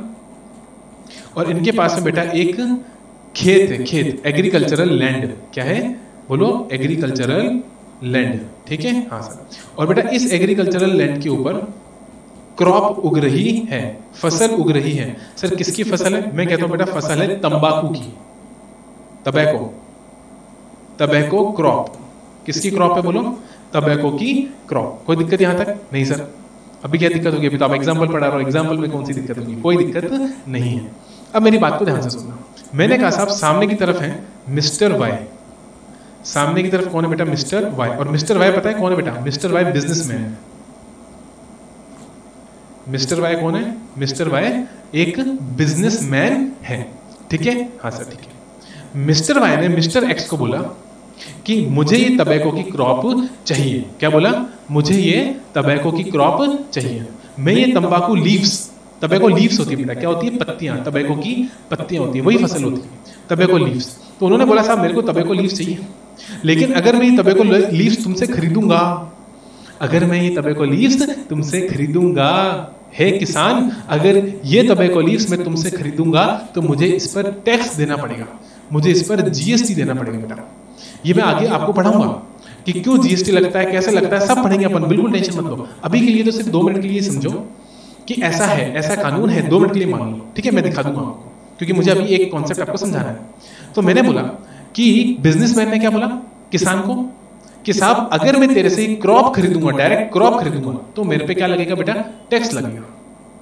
एक काम करते हैं, तू ये क्रॉप मेरे को मत बेच, तू ये क्रॉप मेरे को मत बेच, तंबाकू लीव्स जो मुझे चाहिए तेरे से, ये फसल तू मुझे मत बेच। तू तो एक काम कर, एक काम कर, अभी आज की तारीख में बेटा, आज स्टेप नंबर 1, आज क्या तारीख है, अपन अज्यूम करते हैं कि जिस दिन ये लोग बातें कर रहे हैं आपस में, किसान और बिजनेसमैन जिस दिन बातें कर रहे हैं बेटा, उस दिन थी 18 तारीख, 18 दिसंबर 2019, 18 दिसंबर 2019 की ये बात है। इस दिन बिजनेसमैन ने बोला, इस दिन बिजनेसमैन ने क्या बोला बेटा, इस दिन बिजनेसमैन ने बोला कि ले पकड़ 5 लाख रुपए, ले पकड़ कितने रुपए, 5 लाख रुपए, और ये एडवांस पकड़ 5 लाख रुपए, और मेरे को एक काम कर, ये पूरी की पूरी जमीन, ये पूरा का पूरा एग्रीकल्चरल लैंड रेंट पे दे दे। किस पे दे दे? रेंट पे दे दे। क्या बोला मैंने? रेंट पे दे दे। तो इन्होंने क्या करा बेटा, पूरा का पूरा एग्रीकल्चरल लैंड किस पे ले लिया बोलो? रेंट पे ले लिया। यहां तक कोई दिक्कत नहीं सर। अब हुआ क्या कि ये फसल बेटा 2 महीने बाद हार्वेस्टिंग के लिए तैयार होने वाली थी। हार्वेस्टिंग मतलब कि कटने के लिए, पककर पूरी तैयार हो गई थी तंबाकू की फसल, और इसको काटना था, हार्वेस्ट करना था 2 महीने बाद। इसने क्या करा बेटा, इसको रेंट पे ले लिया 3 महीने के लिए, 3 मंथ्स के लिए क्या कर लिया, रेंट पे ले लिया। ठीक है, हाँ सर बात समझ में आ गई। और 3 महीने बाद बेटा, आफ्टर 3 मंथ्स क्या हुआ? स्टेप नंबर 2, अपन मानते हैं कि 18 कितने महीने बेटा, 1 2 3, अपन कहते हैं साहब 18/3/2020 को, 18/3/2020 को उसने बेटा बाकी का पेमेंट कर दिया। उसने कहा ले पकड़ तेरे 2 लाख रुपए, और ये सेटल कर दिया मामला। और बेटा उसने क्या करा पता है, लैंड वापस कर दी, फसल काट ली, फसल काट के अपने पास में रख ली और लैंड वापस कर दी। उसने बोला कि साहब मैंने फसल खरीदी ही नहीं, मैंने तो लैंड रेंट पे लिया था, मैंने तो लैंड एग्रीकल्चरल जमीन रेंट पे ली थी और वापस कर दी। मैंने कहा क्रॉप खरीदी, मैंने तो क्रॉप खरीदी ही नहीं। बात समझ में आई? केस समझ में आया आपको? एक एग्रीकल्चरल लैंड थी मेरे बेटा, और वो एग्रीकल्चरल लैंड पे तंबाकू की क्रॉप थी।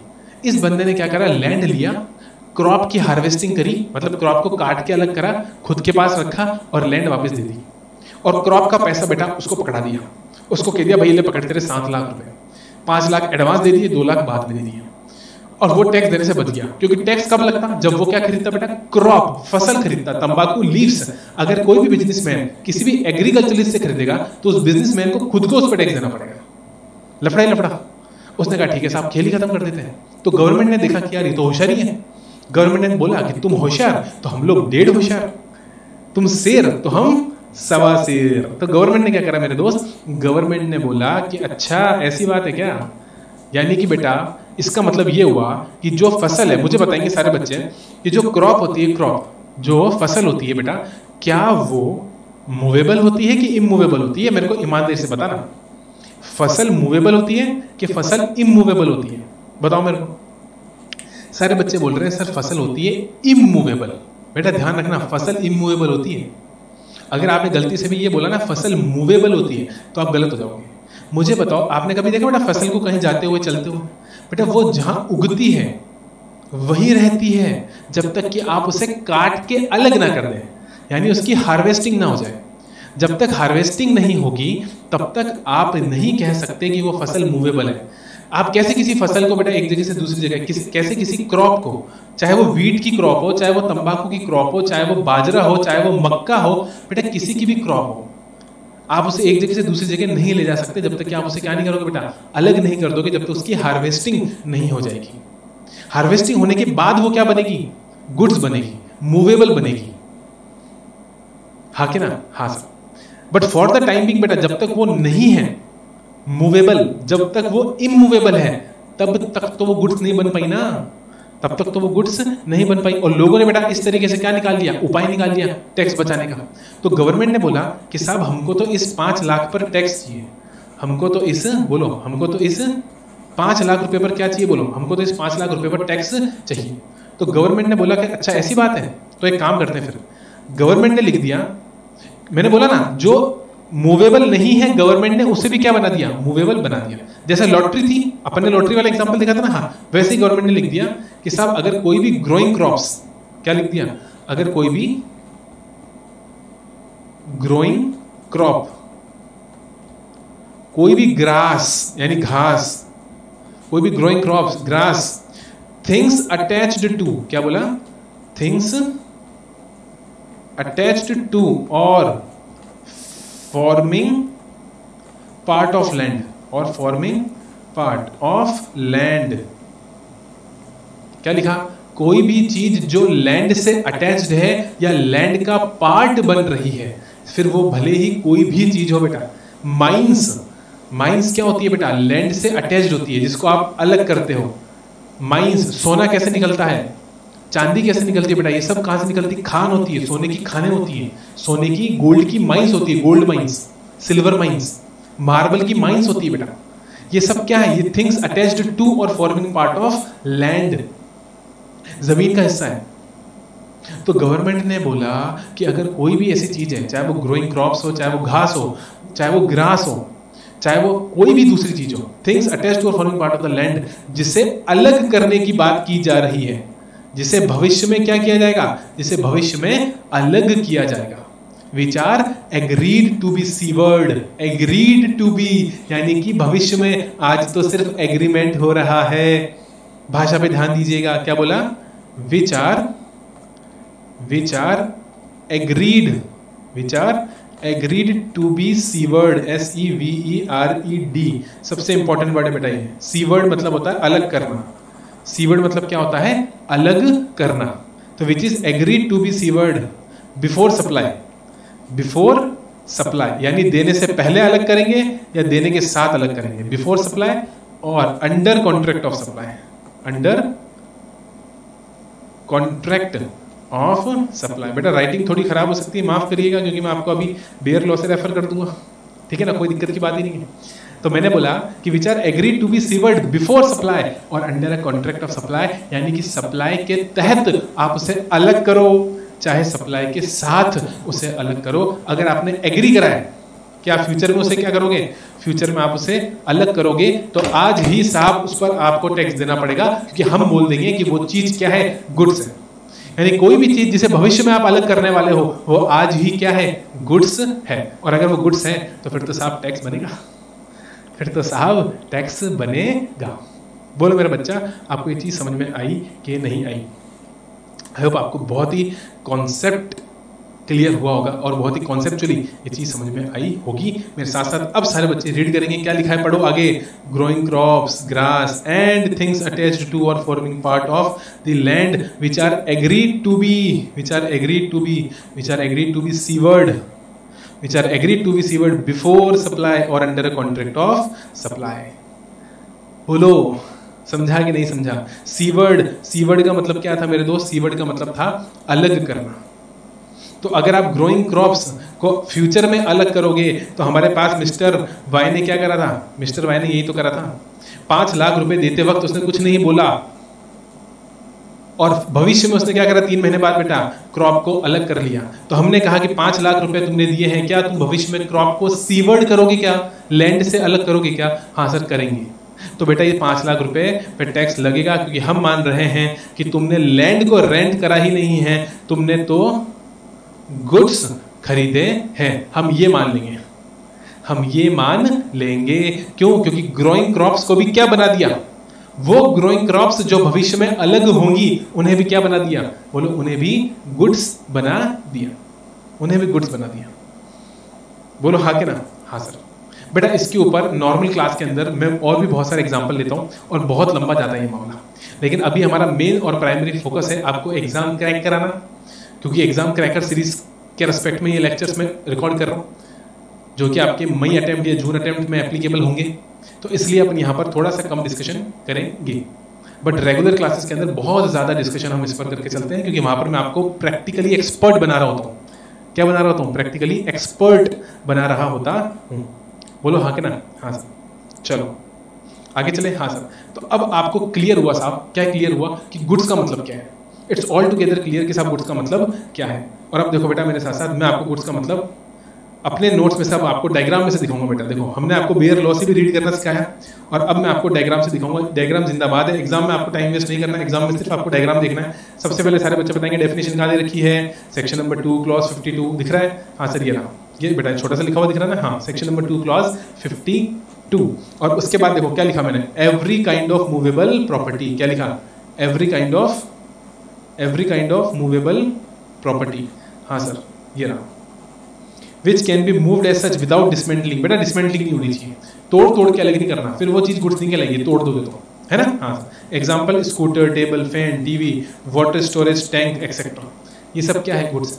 इंक्लूडिंग गुड्स में क्या आएगा, growing crops and grass, things attached to और forming part of the land, और एक्शनेबल क्लेम।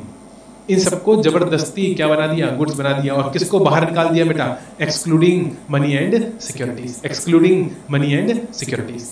आई होप बेटा एकदम अच्छे तरह से ये चीज आपको क्लियर हो गई। और अगले नंबर पर क्या रहा बेटा, section number 2 clause 102, section number 2 clause 102, जो मैंने बताया था ना सर्विस। हाँ सर, तो अब अपन पढ़ने वाले हैं सर्विस। और सर्विस का बेटा आप ऑलरेडी एक डेफिनेशन तो आर्टिकल नंबर 366(26)(a) में ऑलरेडी पढ़ चुके हो मेरे साथ। याद करो, जब हम आर्टिकल नंबर 366 कॉन्स्टिट्यूशन, संविधान का आर्टिकल 366 पढ़ रहे थे, तो मैंने आपको जीएसटी की डेफिनेशन बताई थी 12A में, सर्विस की डेफिनेशन बताई थी 26A में, और स्टेट, जिसमें याद करो मैंने बोला था ना यूटी विद लेजिस्लेचर क्या माना जाएगा, स्टेट माना जाएगा, 26B में वो डेफिनेशन मैंने आपको बताई थी। आप चाहो तो फटाफट से नोट्स ओपन कर देख भी सकते हो, ठीक है। हाँ सर, अब फटाफट से मेरे सारे बच्चे आएंगे सर्विस की डेफिनेशन में। 102 सर, 102 पे आओ, अभी तो आप 84 पर ही आए हो, है ना। हाँ, अब 102 पे चलो। 93 आ गया सर, आने वाला है सर 102, अरे वाह 102 आ गया। ये रहा बेटा सर्विसेज।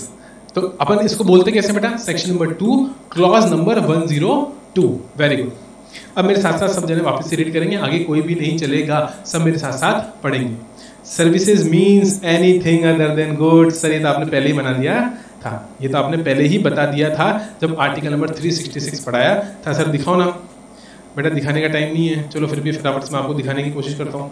हमने कहाँ पढ़ा था बताओ सर, नीचे था आर्टिकल 366, तो आजा आजा आजा आजा आजा, आ गया। ये रहा बेटा आर्टिकल नंबर 366, ये देखो ये रहा। और यहाँ पर हमने पढ़ा था, ये रहा सर्विसेज 26A दिख रहा है। हाँ sir, services means anything other than goods. ये रहा बेटा, services means anything other than goods, ये मैंने हाईलाइट कर दिया आपके लिए। हाँ सर ये पहले से नोटिंग और इसको हटाओ ना, ये लो मैं इसको हटा देता हूँ, डिलीट। अब सफाई हो गई। हाँ, अब पढ़ो मेरे साथ साथ, services means anything other than goods. तो कॉन्स्टिट्यूशन में भी यही लिखा हुआ है, और हमने जो लॉ में, कानून में बेटा डेफिनेशन डाली, उसमें भी यही लिखा हुआ है। सर ये बियर लॉ हमें कहाँ से मिलेगा बेटा, मैं इसे अपने ग्रुप में शेयर कर दूंगा, वहां से आप इसे डाउनलोड कर लेना। हालांकि आपको गूगल पे भी सर्च करोगे तो बेटा कहीं पर भी मिल जाएगा बियर लॉ, कोई दिक्कत की बात नहीं है, ठीक है। हाँ sir, 102 services means anything other than goods. बेटा जो भी गुड्स नहीं है वो सर्विस है। अब गुड्स अपन ऑलरेडी बहुत डिटेल में समझ चुके हैं। मूवेबल प्रॉपर्टी गुड्स है, मनी एंड सिक्योरिटी गुड्स नहीं है, तो वो सर्विस बन गया। होगी दिक्कत, मनी एंड सिक्योरिटीज को अपन ने गुड्स के डेफिनेशन से बाहर निकाला था, अब वो सर्विस बन गया, अब उस पर सर्विस बन के टैक्स लग जाएगा। तो गवर्नमेंट ने बोला दिक्कत हो गई फिर से, तो यहां से भी बाहर निकालो, गुड्स से भी बाहर निकालो, सर्विस से भी बाहर निकालो बेटा, क्योंकि उसको जीएसटी से बाहर निकालना जरूरी है। मनी और सिक्योरिटी, किसको, मनी और सिक्योरिटी को जीएसटी से बाहर निकालना जरूरी है भाई। गुड्स से बाहर निकालोगे तो सर्विस बन के टैक्स हो जाएगा, सर्विस से बाहर निकालोगे तो गुड्स पे टैक्स लग जाएगा, तो दोनों से बाहर निकालना जरूरी है। इसलिए क्या बोला, other than goods, money and securities. बोलो क्या बोला, other than money, goods, other than goods, money और सिक्योरिटीज, ठीक है। हाँ सर, तो पहले गुड्स लिखा, फिर क्या लिखा, मनी और सिक्योरिटीज। तो टोटली क्या कर दिया बेटा, इन तीनों चीजों को ही बाहर निकाल दिया। सर्विस जो गुड्स नहीं है, मनी और सिक्योरिटी, क्योंकि वो गुड्स नहीं है तो सर्विस बनता, तो यहां से भी उन्हें बाहर निकाल दिया। अभी एकदम आई होप आपको अच्छे से ये चीज क्लियर हो गई कि मनी और सिक्योरिटी ना तो गुड्स है बेटा, ना ही सर्विस है, बट इंक्लूड्स। देखो यहाँ पर भी इंक्लूड तो करना था कुछ ना कुछ। हाँ सर, बट मैं आपको रीड कराऊंगा ही नहीं, पहले मैं आपको समझाऊंगा फिर मैं आपको रीड कराऊंगा। मेरे साथ साथ आ जाओ बेटा, नोटिंग कहीं नहीं जा रही अपनी, सारी की सारी नोटिंग यही है। मैंने आपको कहा था कि आप सभी बहुत अच्छे से जानते हो, और बहुत सारी शॉप्स भी बेटा आपने मार्केट में देखी होगी, जहां लिखा रहता है कि यहाँ पर फटे हुए नोट बदले जाते हैं। क्या लिखा रहता है, फटे हुए नोट यहाँ पर बदले जाते हैं। और कुछ इस तरीके का नोट का बेटा वो बना हुआ भी रहता है, कुछ इस तरीके का नोट का आपको फोटो बना हुआ रहता है, जिसमें गांधी जी होते हैं, करेंसी होती है बीच में, है ना। इस तरीके का एक फोटो बना हुआ रहता है, और लिखा हुआ रहता है यहाँ पर फटे हुए नोट बदले जाते हैं। यानी बेटा आपके पास अगर कोई नोट फटे हुए हैं तो आप वहाँ ले जाइए, और वो उसके बदले में आपको साबुत नोट दे देंगे। जैसे अगर आपके पास 10 रुपये का नोट है, 100 रुपये का नोट है, 500 का नोट है, जो फटा हुआ है, अगर आप उस शॉप के पास लेकर जाएंगे तो वो आपको साबुत नोट दे देंगे। लेकिन मुझे बताओ, वो ये सर्विस क्या फ्री में देंगे क्या, वो ये सर्विस क्या फ्री में देंगे क्या बेटा। अगर आपने उन्हें फॉर एग्जांपल 1000 रुपये बदलने के लिए दिए, आपने कहा बेटा 1000 रुपीज़ के करेंसी के नोट आपने उन्हें दिए चेंज करने के लिए, तो बदले में बेटा वो आपको 950 ही चेंज करके देंगे, यानी जो करेंसी वापस करेंगे, आपने अगर 1000 रुपये दिए थे तो वापस वो आपको 950 रुपये ही कन्वर्ट करके देंगे। 50 रुपीज़ वो अपनी कन्वर्जन फीस रख लेंगे। Free, there is no free lunch in this world. समझ लो ये दोस्त, पानी का भी पैसा है बेटा। अगर आप बाहर जाओगे, विदेश में जाओगे, हमारे यहाँ तो बहुत प्याऊ लग रखे हैं, हम बहुत धार्मिक लोग हैं, बहुत विश्वास करते हैं धर्म करने में, बाहर के लोग नहीं करते बेटा। वहां पर पानी का भी पैसा, ये ध्यान रखना, there is no free lunch in this world. 50 rupees का बेटा यहाँ पर कंसिडरेशन लगेगा, फ्री में नोट बदलकर आपको कोई नहीं देगा। और ध्यान रखना बेटा, जहां पर भी फ्लो कंप्लीट नहीं होता, सर क्या मतलब ये कि दिए कितने रुपए थे सर? 1000 रुपये। इधर देखो, ये 1 और ये 2, बेटा दिए कितने रुपए थे? 1000 रुपये, लेकिन वापस कितना है? सिर्फ 950। जहां पर भी फ्लो कंप्लीट नहीं होता, कुछ ना कुछ पेंडिंग रह जाता है, 50 रुपये पेंडिंग रह गए, वहां पर बेटा जीएसटी लग जाता है, वहां पर जीएसटी लग जाता है। क्यों? क्योंकि इसको बोल दिया बेटा सर्विस। सर ये तो एक सेकेंड, सारे बच्चे, कुछ बच्चे यहाँ पर क्या बोलेंगे? कुछ बच्चे बोलेंगे सर आपने तो बोला था ना, मनी जो है ना तो गुड्स है ना सर्विस है। मनी ना तो गुड्स है ना सर्विस है। जा भी 1000 रुपये रहे हैं, आ भी 950 रुपये रहे हैं, तो बात तो मनी में हो रही है। हमने मनी दिया और हमने मनी लिया, तो फिर बेटा आपने इसको सर्विस कैसे बना दिया? अभी तो बोला था कि मनी जो है वो साहब जीएसटी से बाहर है। अभी तो बोला था आपने कि उसे सर्विस की डेफिनेशन से भी बाहर कर देंगे और गुड्स की डेफिनेशन से भी बाहर कर देंगे। अभी आप बोल रहे हो साहब कि इस पर टैक्स लगेंगे 50 रुपये पर। इस 50 रुपये पर आप टैक्स लगाने की बात कर रहे हो, ऐसा कैसे? तो बेटा मेरी बात को सुनो। इसलिए उन्होंने सर्विस की डेफिनेशन में लिख दिया कि मनी सर्विस नहीं है, लेकिन एक्टिविटीज रिलेटेड टू मनी और कन्वर्जन ऑफ मनी और conversion of the form of money. क्या बोला? Conversion of money, converting the form of money, converting the form of money. Sir form बदलना मतलब बेटा यूएस डॉलर को रुपये में कन्वर्ट करना, रुपये को यूएस डॉलर में कन्वर्ट करना। करेंसी कन्वर्जन, क्या बोला मैंने? Currency conversion. रुपया बदलोगे, रुपये का फॉर्म बदलोगे, रुपये से रिलेटेड एक्टिविटीज जहां पर एक सेपरेट कंसीडरेशन चार्ज किया जाएगा। यहां पर सेपरेट कंसीडरेशन कितना था मेरे बच्चे? बोलो 50 रुपये। यहां पर सेपरेट कंसीडरेशन कितना था? 50 रुपये। काम रुपयों का ही हुआ। Activity related to money, money service नहीं है, मनी गुड्स नहीं है, लेकिन activities related to money service है, अगर उसके लिए एक सेपरेट कंसीडरेशन चार्ज किया जा रहा है। तो अगर सेपरेट कंसीडरेशन चार्ज किया जा रहा है मेरे दोस्त, तो हम क्या बोलेंगे कि बोलो वो चीज सर्विस है, activities related to money service है। बोलो हाँ कि ना? हाँ। सर दिखाओ तो सही, कहाँ लिखा हुआ? इधर आओ। बट इंक्लूड्स, देखा अलग से इंक्लूड करा। कभी भी अलग से इंक्लूड करेंगे ना दोस्त, कभी भी अलग से इंक्लूड करेंगे तो क्या होगा? बट इंक्लूड्स लिखना पड़ेगा। Activities relating to the use of money or its conversion by cash or any other mode from one form currency or denomination to another form currency or denomination. Denomination मतलब बेटा आपने 100 का note दिया और बदले में 50-50 के 2 नोट आपके पास आ गए। अगर इस खुले करवाने के भी पैसे लगते हैं तो बेटा वो भी सर्विस है। अगर आपने 1000 रुपये दिया, बोला मेरे को एक काम करो भाई 500 के 2 नोट दे दो, उसने क्या करा बेटा? एक नोट दिया 500 का, एक नोट दिया 500 का, और आपसे बदले में वापस इसके ये खुले कराने के उसने आपसे 10 रुपये ले लिए। खुले कराने के उसने आपसे 10 रुपये ले लिए। तो बेटा सेपरेट कंसीडरेशन देखो क्या लिखा हुआ है? For which a separate consideration charge. Free में कर रहे हो तो कोई दिक्कत नहीं बेटा, आप मेरे पास में आए और मैंने फ्री में, आप ये देखो for which a separate consideration is charge, ये सबसे इंपॉर्टेंट लाइन है बेटा।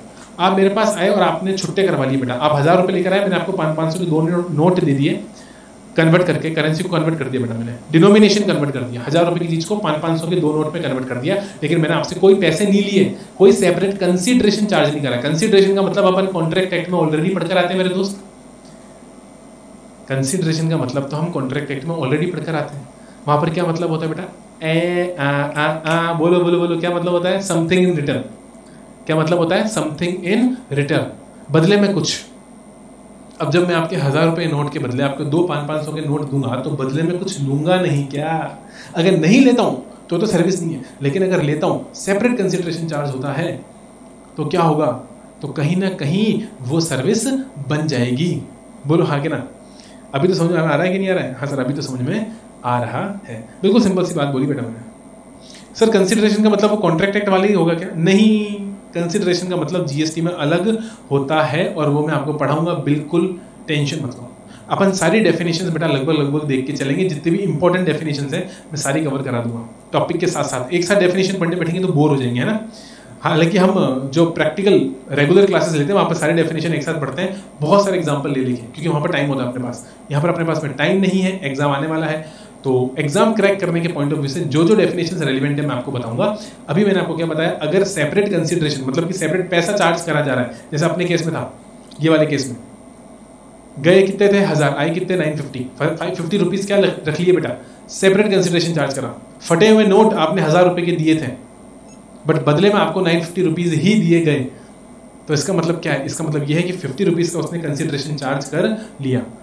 तो बेटा ये सर्विस बनेगा कि नहीं बनेगा, बताओ मुझे। बनेगा सर। दूसरा एग्जांपल यहाँ पर बेटा आप क्या ले सकते हो, बेटा दूसरा एग्जांपल आप यहाँ पर ये ले सकते हो कि आप बेटा कहाँ से ये हो, आपको जाना है यूएसए। कहाँ जाना है बेटा, यूएसए, ठीक है। और ये हो मिस्टर एक्स, आप हो, आप कहाँ पर हो बेटा, इंडिया में। अभी आप इंडिया में हो, एक सेकेंड मैंने तो उल्टा लिख दिया, हाँ सर मैंने तो उल्टा लिख दिया, सीधा करते हैं इसको, हाँ सर सीधा कर देते हैं, एक सेकेंड, है ना। ये यूएसए और ये इंडिया, ये यूएसए हो बेटा, ये इंडिया, ठीक है। हाँ आप कौन हो, मिस्टर एक्स, और आप गए किसके पास बेटा, मनी चेंजर। ये एयरपोर्ट के ऊपर छोटी छोटी दुकानें होती है बेटा, एयरपोर्ट होता है, एयरपोर्ट हवाई अड्डा, हाँ सर, उसके ऊपर छोटी छोटी दुकानें होती है मनी चेंजर के नाम से। आप क्या करोगे बेटा, आप उनको दोगे 10,000 रुपये। क्या दोगे, 10,000 रुपये। बेटा वो बदले में आपको 10,000 रुपये को जो भी रेट चल रहा होगा उस दिन का, रुपी वर्सेस डॉलर का जो भी करेंसी का कन्वर्जन रेट चल रहा होगा उसके बदले अकॉर्डिंगली, मैं मानता हूँ कि अगर 70 रुपीज़ चल रहा है तो वो बदले में बेटा आपको 142.85 डॉलर दे देगा। क्या दे देगा, 142.85 डॉलर दे देगा। बट लेकिन वो फ्री में करेगा क्या ये काम, नहीं यार, वो फ्री में नहीं करेगा, वो इसके बदले करेंसी कन्वर्जन चार्जेस लेगा आपसे। क्या लेगा, कन्वर्जन चार्जेस। क्या लेगा बेटा, कन्वर्जन चार्जेस लेगा। यानी कि अब आप फिर यही बात बोलोगे कि पैसे दिए थे, पैसे आए हैं, मनी तो गुड्स होता ही नहीं है, मनी तो सर्विस होती नहीं है। अरे बेटा मनी गुड्स सर्विस नहीं होता, लेकिन मनी से रिलेटेड एक्टिविटी जिसके लिए सेपरेट कंसिडरेशन चार्ज किया जा रहा है, जिसके लिए सेपरेट कंसिडरेशन चार्ज किया जा रहा है, वो सर्विस होता है। तो दो एग्जांपल मैंने यहाँ पर आपको दिखाए। एक एग्जांपल मैं आपको और बताना चाहता हूँ बेटा, ध्यान से मेरी बात को सुनना। आप सिक्योरिटीज में ट्रेडिंग करते हो कि नहीं करते हो, बताओ। शेयर मार्केट में कौन कौन से बच्चे काम करते हैं, सर मेरे इंटर वाले बच्चे तो वैसे छोटे बच्चे, वो तो कहेंगे सर हमको तो पता ही नहीं शेयर मार्केट क्या होता है। बेटा शेयर मार्केट एक ऐसी जगह है जहां आप किसी भी कंपनीज के शेयर्स को बाय कर सकते हो और सेल कर सकते हो। बोलो क्या कर सकते हो, बाय कर सकते हो और सेल कर सकते हो, खरीद सकते हो, बेच सकते हो। सर ऐसा क्यों करेंगे बेटा, प्रॉफिट कमाने के लिए। 100 रुपये में खरीदेंगे, 105 में बेचेंगे, 5 रुपये का प्रॉफिट एक शेयर के ऊपर। जो भी क्वांटिटी खरीदी अकॉर्डिंगली प्रॉफिट आपका निकल जाएगा, कोई दिक्कत नहीं सर, ये तो बिल्कुल सीधी सी बात है।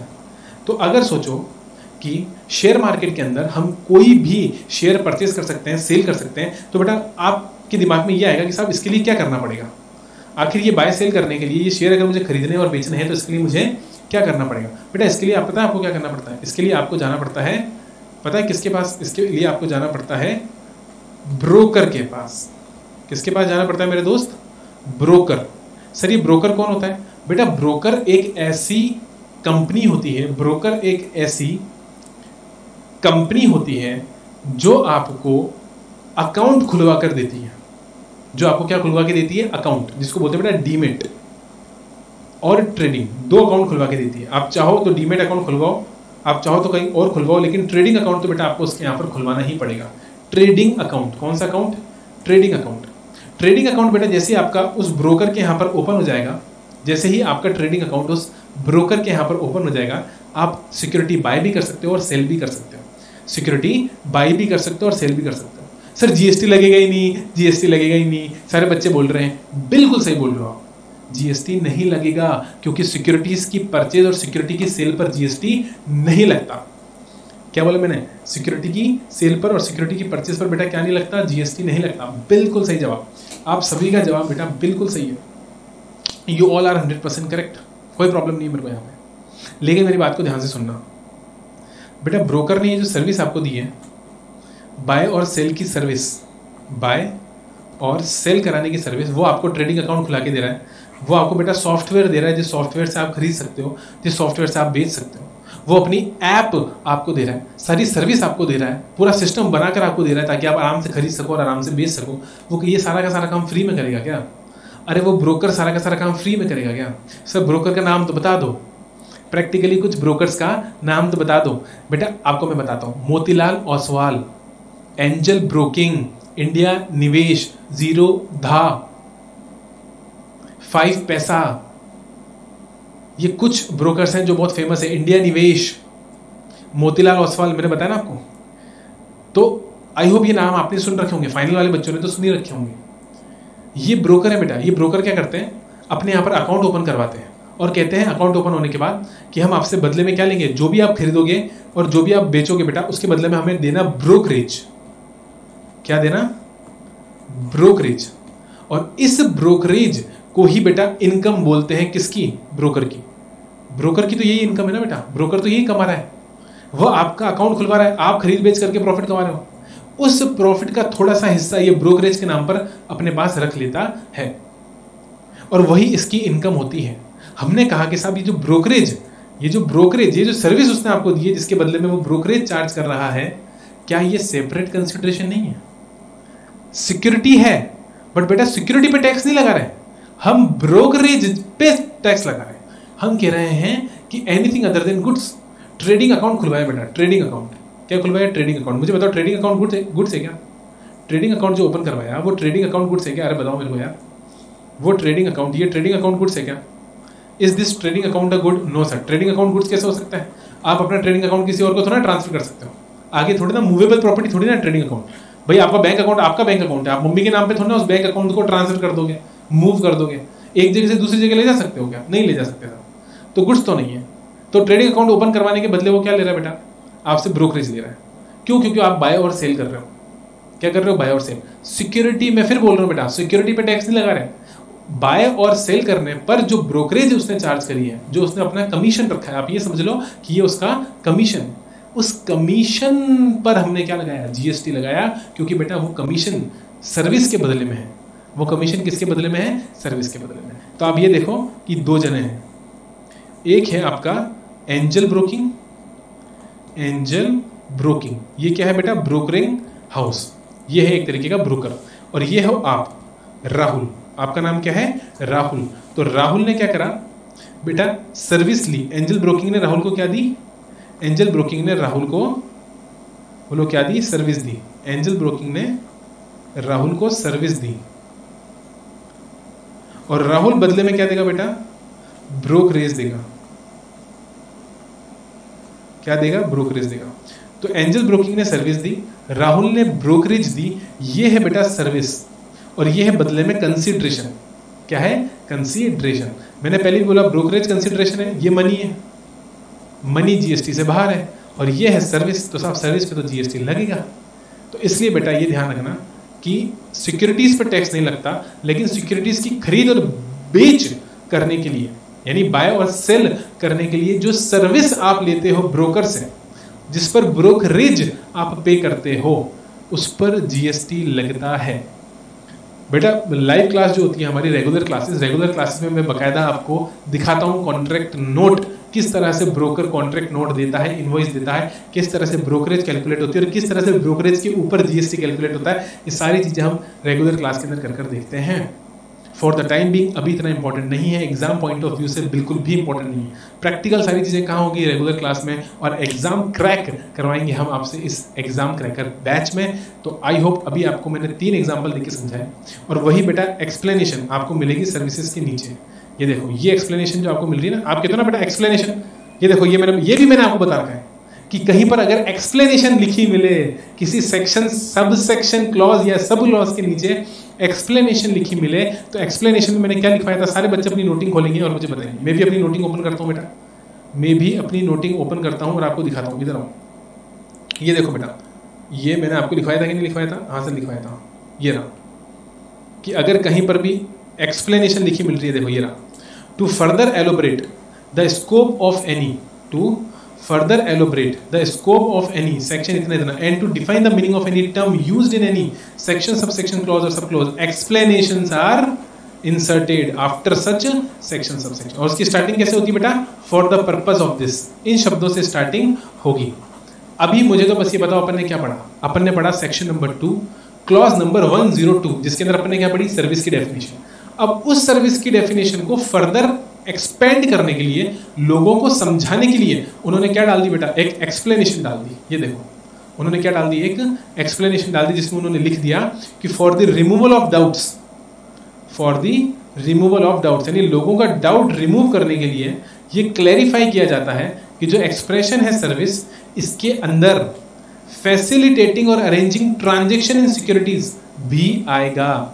ट्रांजेक्शन इन सिक्योरिटीज को क्या करना? फैसिलिटेट करना और अरेंज करना, यानी लोगों से खरीद और बेच करवाने की सर्विस मानी जाएगी। यानी अगर आप सिक्योरिटी खरीदवा रहे हो या बिकवा रहे हो, ट्रांजेक्शन का मतलब क्या होता है? बाय और सेल। ट्रांजेक्शन का मतलब क्या होता है बेटा? बाय और सेल। बोलो हाँ कि ना? और वो ट्रांजेक्शन यानी बाय और सेल करवाना, फैसिलिटेट और अरेंज करवाना क्या माना जाएगा? सर्विस माना जाएगा। तो सिक्योरिटी की बाय और सेल अगर आप फैसिलिटेट करवा रहे हो या अरेंज करवा रहे हो, तो हम ये आपका डाउट क्लियर कर देते हैं, रिमूव कर देते हैं कि वो सर्विस माना जाएगा। ये क्या इंसर्ट कराई? एक्सप्लेनेशन इंसर्ट कराई। किसकी डेफिनेशन में बेटा? सर्विस की डेफिनेशन में। आई होप अभी आपको एकदम अच्छे से और बहुत बढ़िया तरीके से क्लियर हुआ होगा कि क्या होता है गुड्स और क्या होता है सर्विस। सर वो नोट्स, हाँ भाई मुझे मालूम है नोट्स, और नोट्स में भी मुझे मालूम है कि मुझे आपको सर्विस का चार्ट दिखाना है। तो सारे बच्चे मेरे साथ साथ फटाफट आएंगे किसके ऊपर? सर्विस के चार्ट के ऊपर। तो आ जाओ मेरे दोस्तों सर्विस के चार्ट के ऊपर। दिखाई दे रहा है आपको सर्विस का चार्ट? हाँ सर हमें दिखाई दे रहा है, ये रहा सर्विस का चार्ट। ठीक है, हाँ सर। अभी इधर सर्विस के अंदर क्या लिखा हुआ है? देखो इधर सर्विस के अंदर लिखा हुआ है services means anything other than goods. देखो क्लियर कट लिखा हुआ है एनीथिंग अदर देन गुड्स, यानी गुड्स के अलावा जो भी है वो क्या है? Service. An activity which can इधर बी एक्टिव और पैसिव, डू समथिंग और नॉट टू डू समथिंग। बेटा कुछ करना भी सर्विस है और कुछ ना करना भी सर्विस है, कुछ करना भी सर्विस है और कुछ ना करना भी सर्विस है। बोला तो सर्विस, ना बोला तो सर्विस। एक्टिव भी सर्विस है, पैसिव भी सर्विस है। अगर आपने सिर्फ बैठने के पैसे लिए हैं तो भी सर्विस है। विराट कोहली क्रिकेट खेलने गया लेकिन उसने पैसे खा लिए बेटा, उसने कहा कि मैं 0 पे आउट होकर आऊंगा, यानी मैं नहीं खेलूंगा, नहीं खेलना भी सर्विस है, क्योंकि उसने उसके बदले में पैसे लिए हैं। तो खेला तो सर्विस, ना खेला तो service. Do something, not to do something, both are service. Including क्या आएगा बेटा इसके अंदर? Immovable property. क्योंकि मुझे बताओ मूवेबल, मेरी बात को ध्यान से सुनना, अगर मूवेबल प्रॉपर्टी गुड्स है तो इमूवेबल प्रॉपर्टी ऑटोमेटिकली क्या बन जाएगी? इमूवेबल प्रॉपर्टी ऑटोमेटिकली सर्विस बन जाएगी। अगर मूवेबल प्रॉपर्टी गुड्स है तो इमूवेबल प्रॉपर्टी ऑटोमेटिकली क्या बन जाएगी? बोलो सर्विस बन जाएगी। यानी सर आपकी लैंड और आपकी बिल्डिंग, आपकी लैंड, क्या बोला मैंने? आपकी लैंड और आपकी बिल्डिंग जो क्या होती है बताओ? जो होती है इमूवेबल प्रॉपर्टी। अब लैंड को एक जगह से दूसरी जगह ले जा सकते हो बेटा? क्या आप अपने घर को उठा के अपने दोस्त के घर के पास लेके जा सकते हो क्या? नहीं लेके जा सकते। जहां आपका घर है वो वहीं रहेगा, आप घर को उठा के शिफ्ट नहीं कर सकते। आप अपने आप को शिफ्ट कर सकते हो लेकिन बेटा घर को शिफ्ट नहीं कर सकते, घर तो वहीं रहेगा। Building is an immovable property, ये बात आप बहुत अच्छी तरह से जानते हो। तो इसलिए मैंने बोला जो मूवेबल नहीं है वो सर्विस है। क्या बोला मैंने? अरे मैंने बोला जो मूवेबल नहीं है वो क्या है? वो सर्विस है। तो ऑटोमेटिकली इमूवेबल प्रॉपर्टी क्या बन जाएगी? सर्विस बन जाएगी। फैसिलिटेटिंग, क्या लिखा मैंने? फैसिलिटेटिंग और arranging transaction in securities, transaction in money with consideration.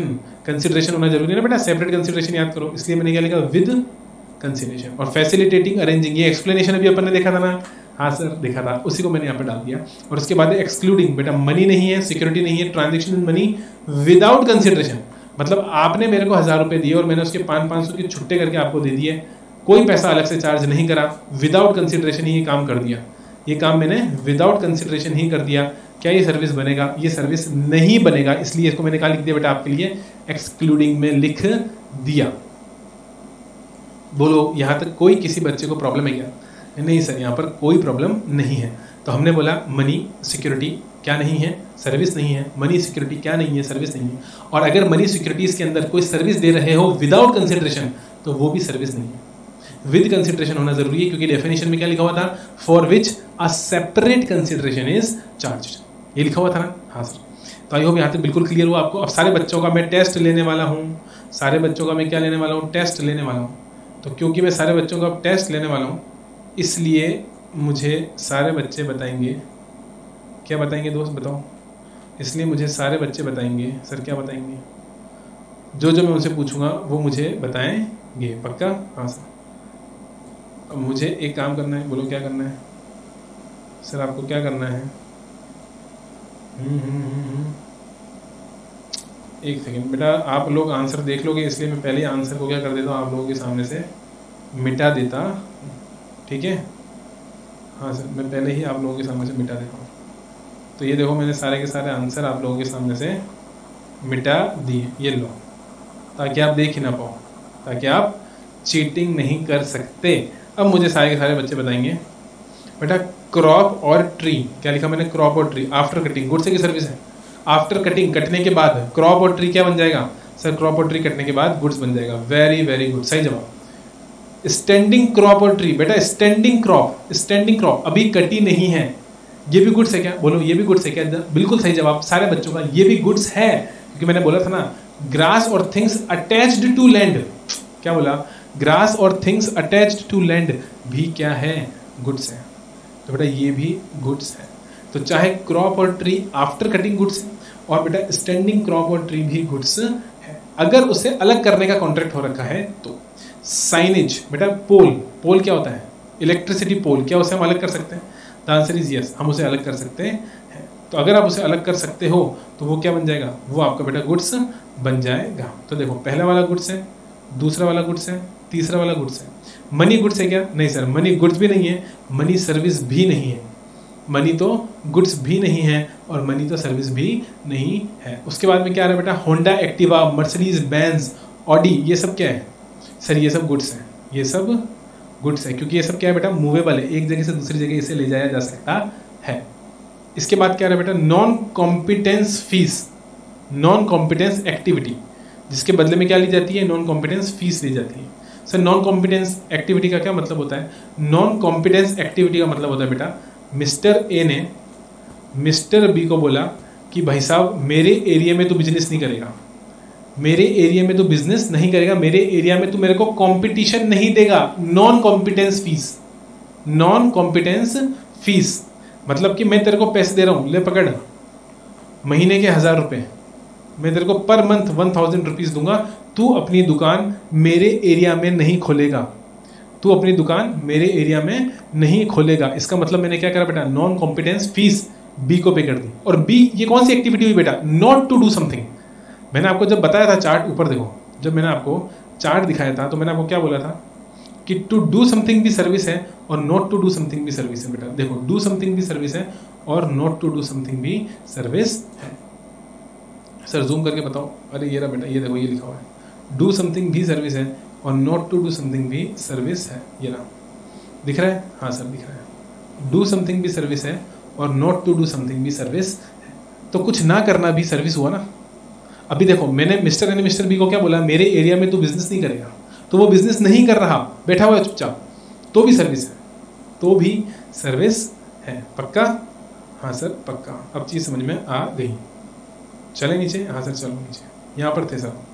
हाँ हाँ भाई मुझे पता है, हम यहाँ पर थे, आ जाओ ऑफिस। क्या बोला मैंने? Non competence activity, point number 6 है। हाँ सर पॉइंट नंबर 6। तो point number 6 non competence activity, goods है कि सर्विस है? सब बताएंगे बेटा, सर्विस है। बहुत बढ़िया जवाब सभी का। ये क्या है? सर्विस है। तो अभी तक अपन ने क्या देखा? क्रॉप और ट्री क्या है? गुड्स। स्टैंडिंग क्रॉप और ट्री क्या है? Goods. Signage, pole of Indian Oil, signage का मतलब क्या होता है? पोल, मतलब कि खंबा, ठीक है, वो भी गुड्स है। हाँ सर, क्योंकि उसे भी बेटा अलग करा के एक जगह से दूसरी जगह ले जाया जा सकता है खोलकर। डिसमेंटल नहीं कह रहा हूं मैं, उसको अपन खोल सकते हैं बेटा, वो कसा हुआ रहता है तो उसे खोलकर अलग कर लेंगे, ठीक है। हाँ सर, मनी गुड्स भी नहीं है, सर्विस भी नहीं है। Honda Activa, Mercedes Benz, Audi, आपकी प्यारी प्यारी कारें, कार्स है ना, स्पोर्ट्स कार्स भी होती हैं। हाँ सर, वो क्या है? गुड्स है, क्योंकि एक जगह से दूसरी जगह जा सकती है।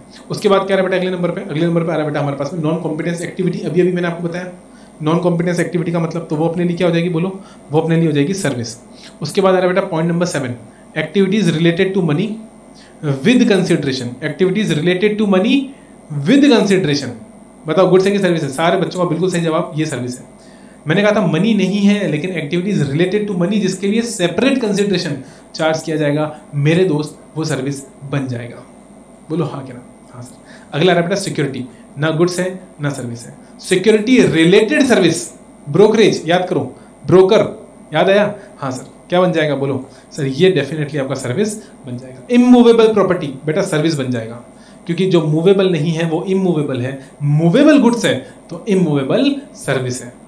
एक्शनेबल क्लेम जैसे कि बेटिंग, गैम्बलिंग, लॉटरी, याद करो क्या बनेगा सर, ये बनेगा हमारे पास में goods. Design making of a house, बेटा मैंने आपको नक्शा बना के दिया घर का, मैंने आपको गुड्स दिया कि सर्विस दी, सर्विस दी, क्योंकि नक्शा देखो, नक्शा तो मूवेबल है, नक्शा गुड्स है, लेकिन जो मैंने काम करा वो काम आप मतलब मैं किसी और को मूव नहीं कर सकता था। सोनू निगम अच्छा गाना गाता है, सोनू निगम ये चीज किसी और को दे सकता है क्या? वो सिर्फ गाना गा के सुना सकता है बेटा, वो ये गाना गाने की कला किसी में ट्रांसफर नहीं कर सकता, मूवेबल नहीं है, इमूवेबल है। तो क्या हो गया सर्विस। वैसे जो नक्शा बना के दिया बेटा, नक्शा वो कागज का टुकड़ा तो गुड्स है, लेकिन जो बनाने की सर्विस है वो आप मैं किसी और को नहीं दे सकता, वो कला मेरे में ही है, वो सॉफ्टवेयर चलाने का तरीका मुझे ही आता है, ठीक है, हाँ सर, तो वो सर्विस है। Manufacturing from gold eight job work, बेटा सोना किसी और ने मुझे भेजा और मैंने उस सोने से ज्वेलरी बनाकर उसे वापस दे दी, क्योंकि ज्वेलरी बनाने की मशीन मेरे पास में है, ज्वेलरी गुड्स है। लेकिन ये जो बेटा बनाने का जो प्रोसेस है ना, बनाने का प्रोसेस, ये मैं किसी और को मूव नहीं कर सकता, हर इंसान का बनाने का तरीका अलग होता है, तो इसलिए ये क्या है बेटा, सर्विस है। बोलो ये क्या है, सर्विस है, पक्का। हाँ, मैन्युफैक्चरिंग की सर्विस है ना बेटा, किसकी सर्विस है बोलो, मैन्युफैक्चरिंग की सर्विस है, ठीक है बेटा, हाँ सर। तो आज अपन ने क्या कंप्लीट करा, गुड्स और सर्विस कंप्लीट करा। आप छोटा सा ब्रेक लोगे और छोटे से ब्रेक के बाद अपन फिर आगे चलेंगे और ढेर सारे क्वेश्चन सॉल्व करेंगे, ठीक है बेटा। तो हैव अ ब्रेक, बाय, आते हैं थोड़ी देर में ना।